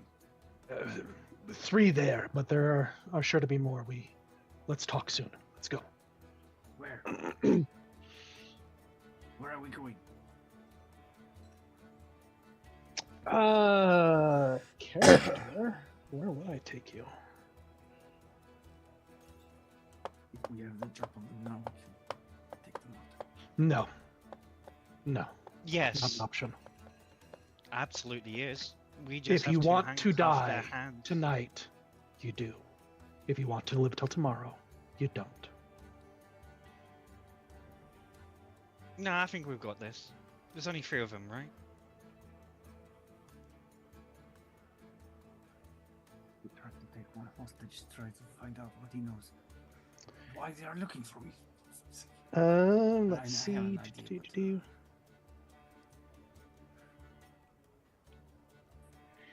I'm gonna take them to a. Are they gonna be looking at inns? I want to go to like So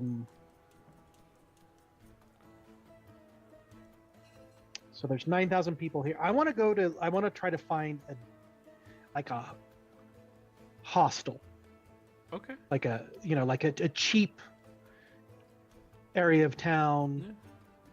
The Hostel of Palor. Yeah, the hostel of Palor.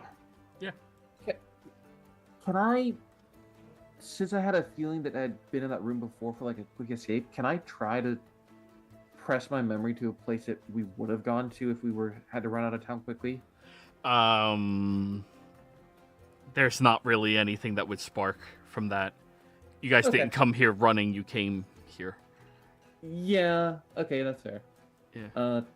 Yeah, I'll start hopping down onto the ground and try to assist others once I get down there because I'm the tallest one to get down without hurting Alright. themselves. So you take 6 bludgeoning as well. Yeah, that's... And then you're assisting everyone else so they take half damage. Yeah.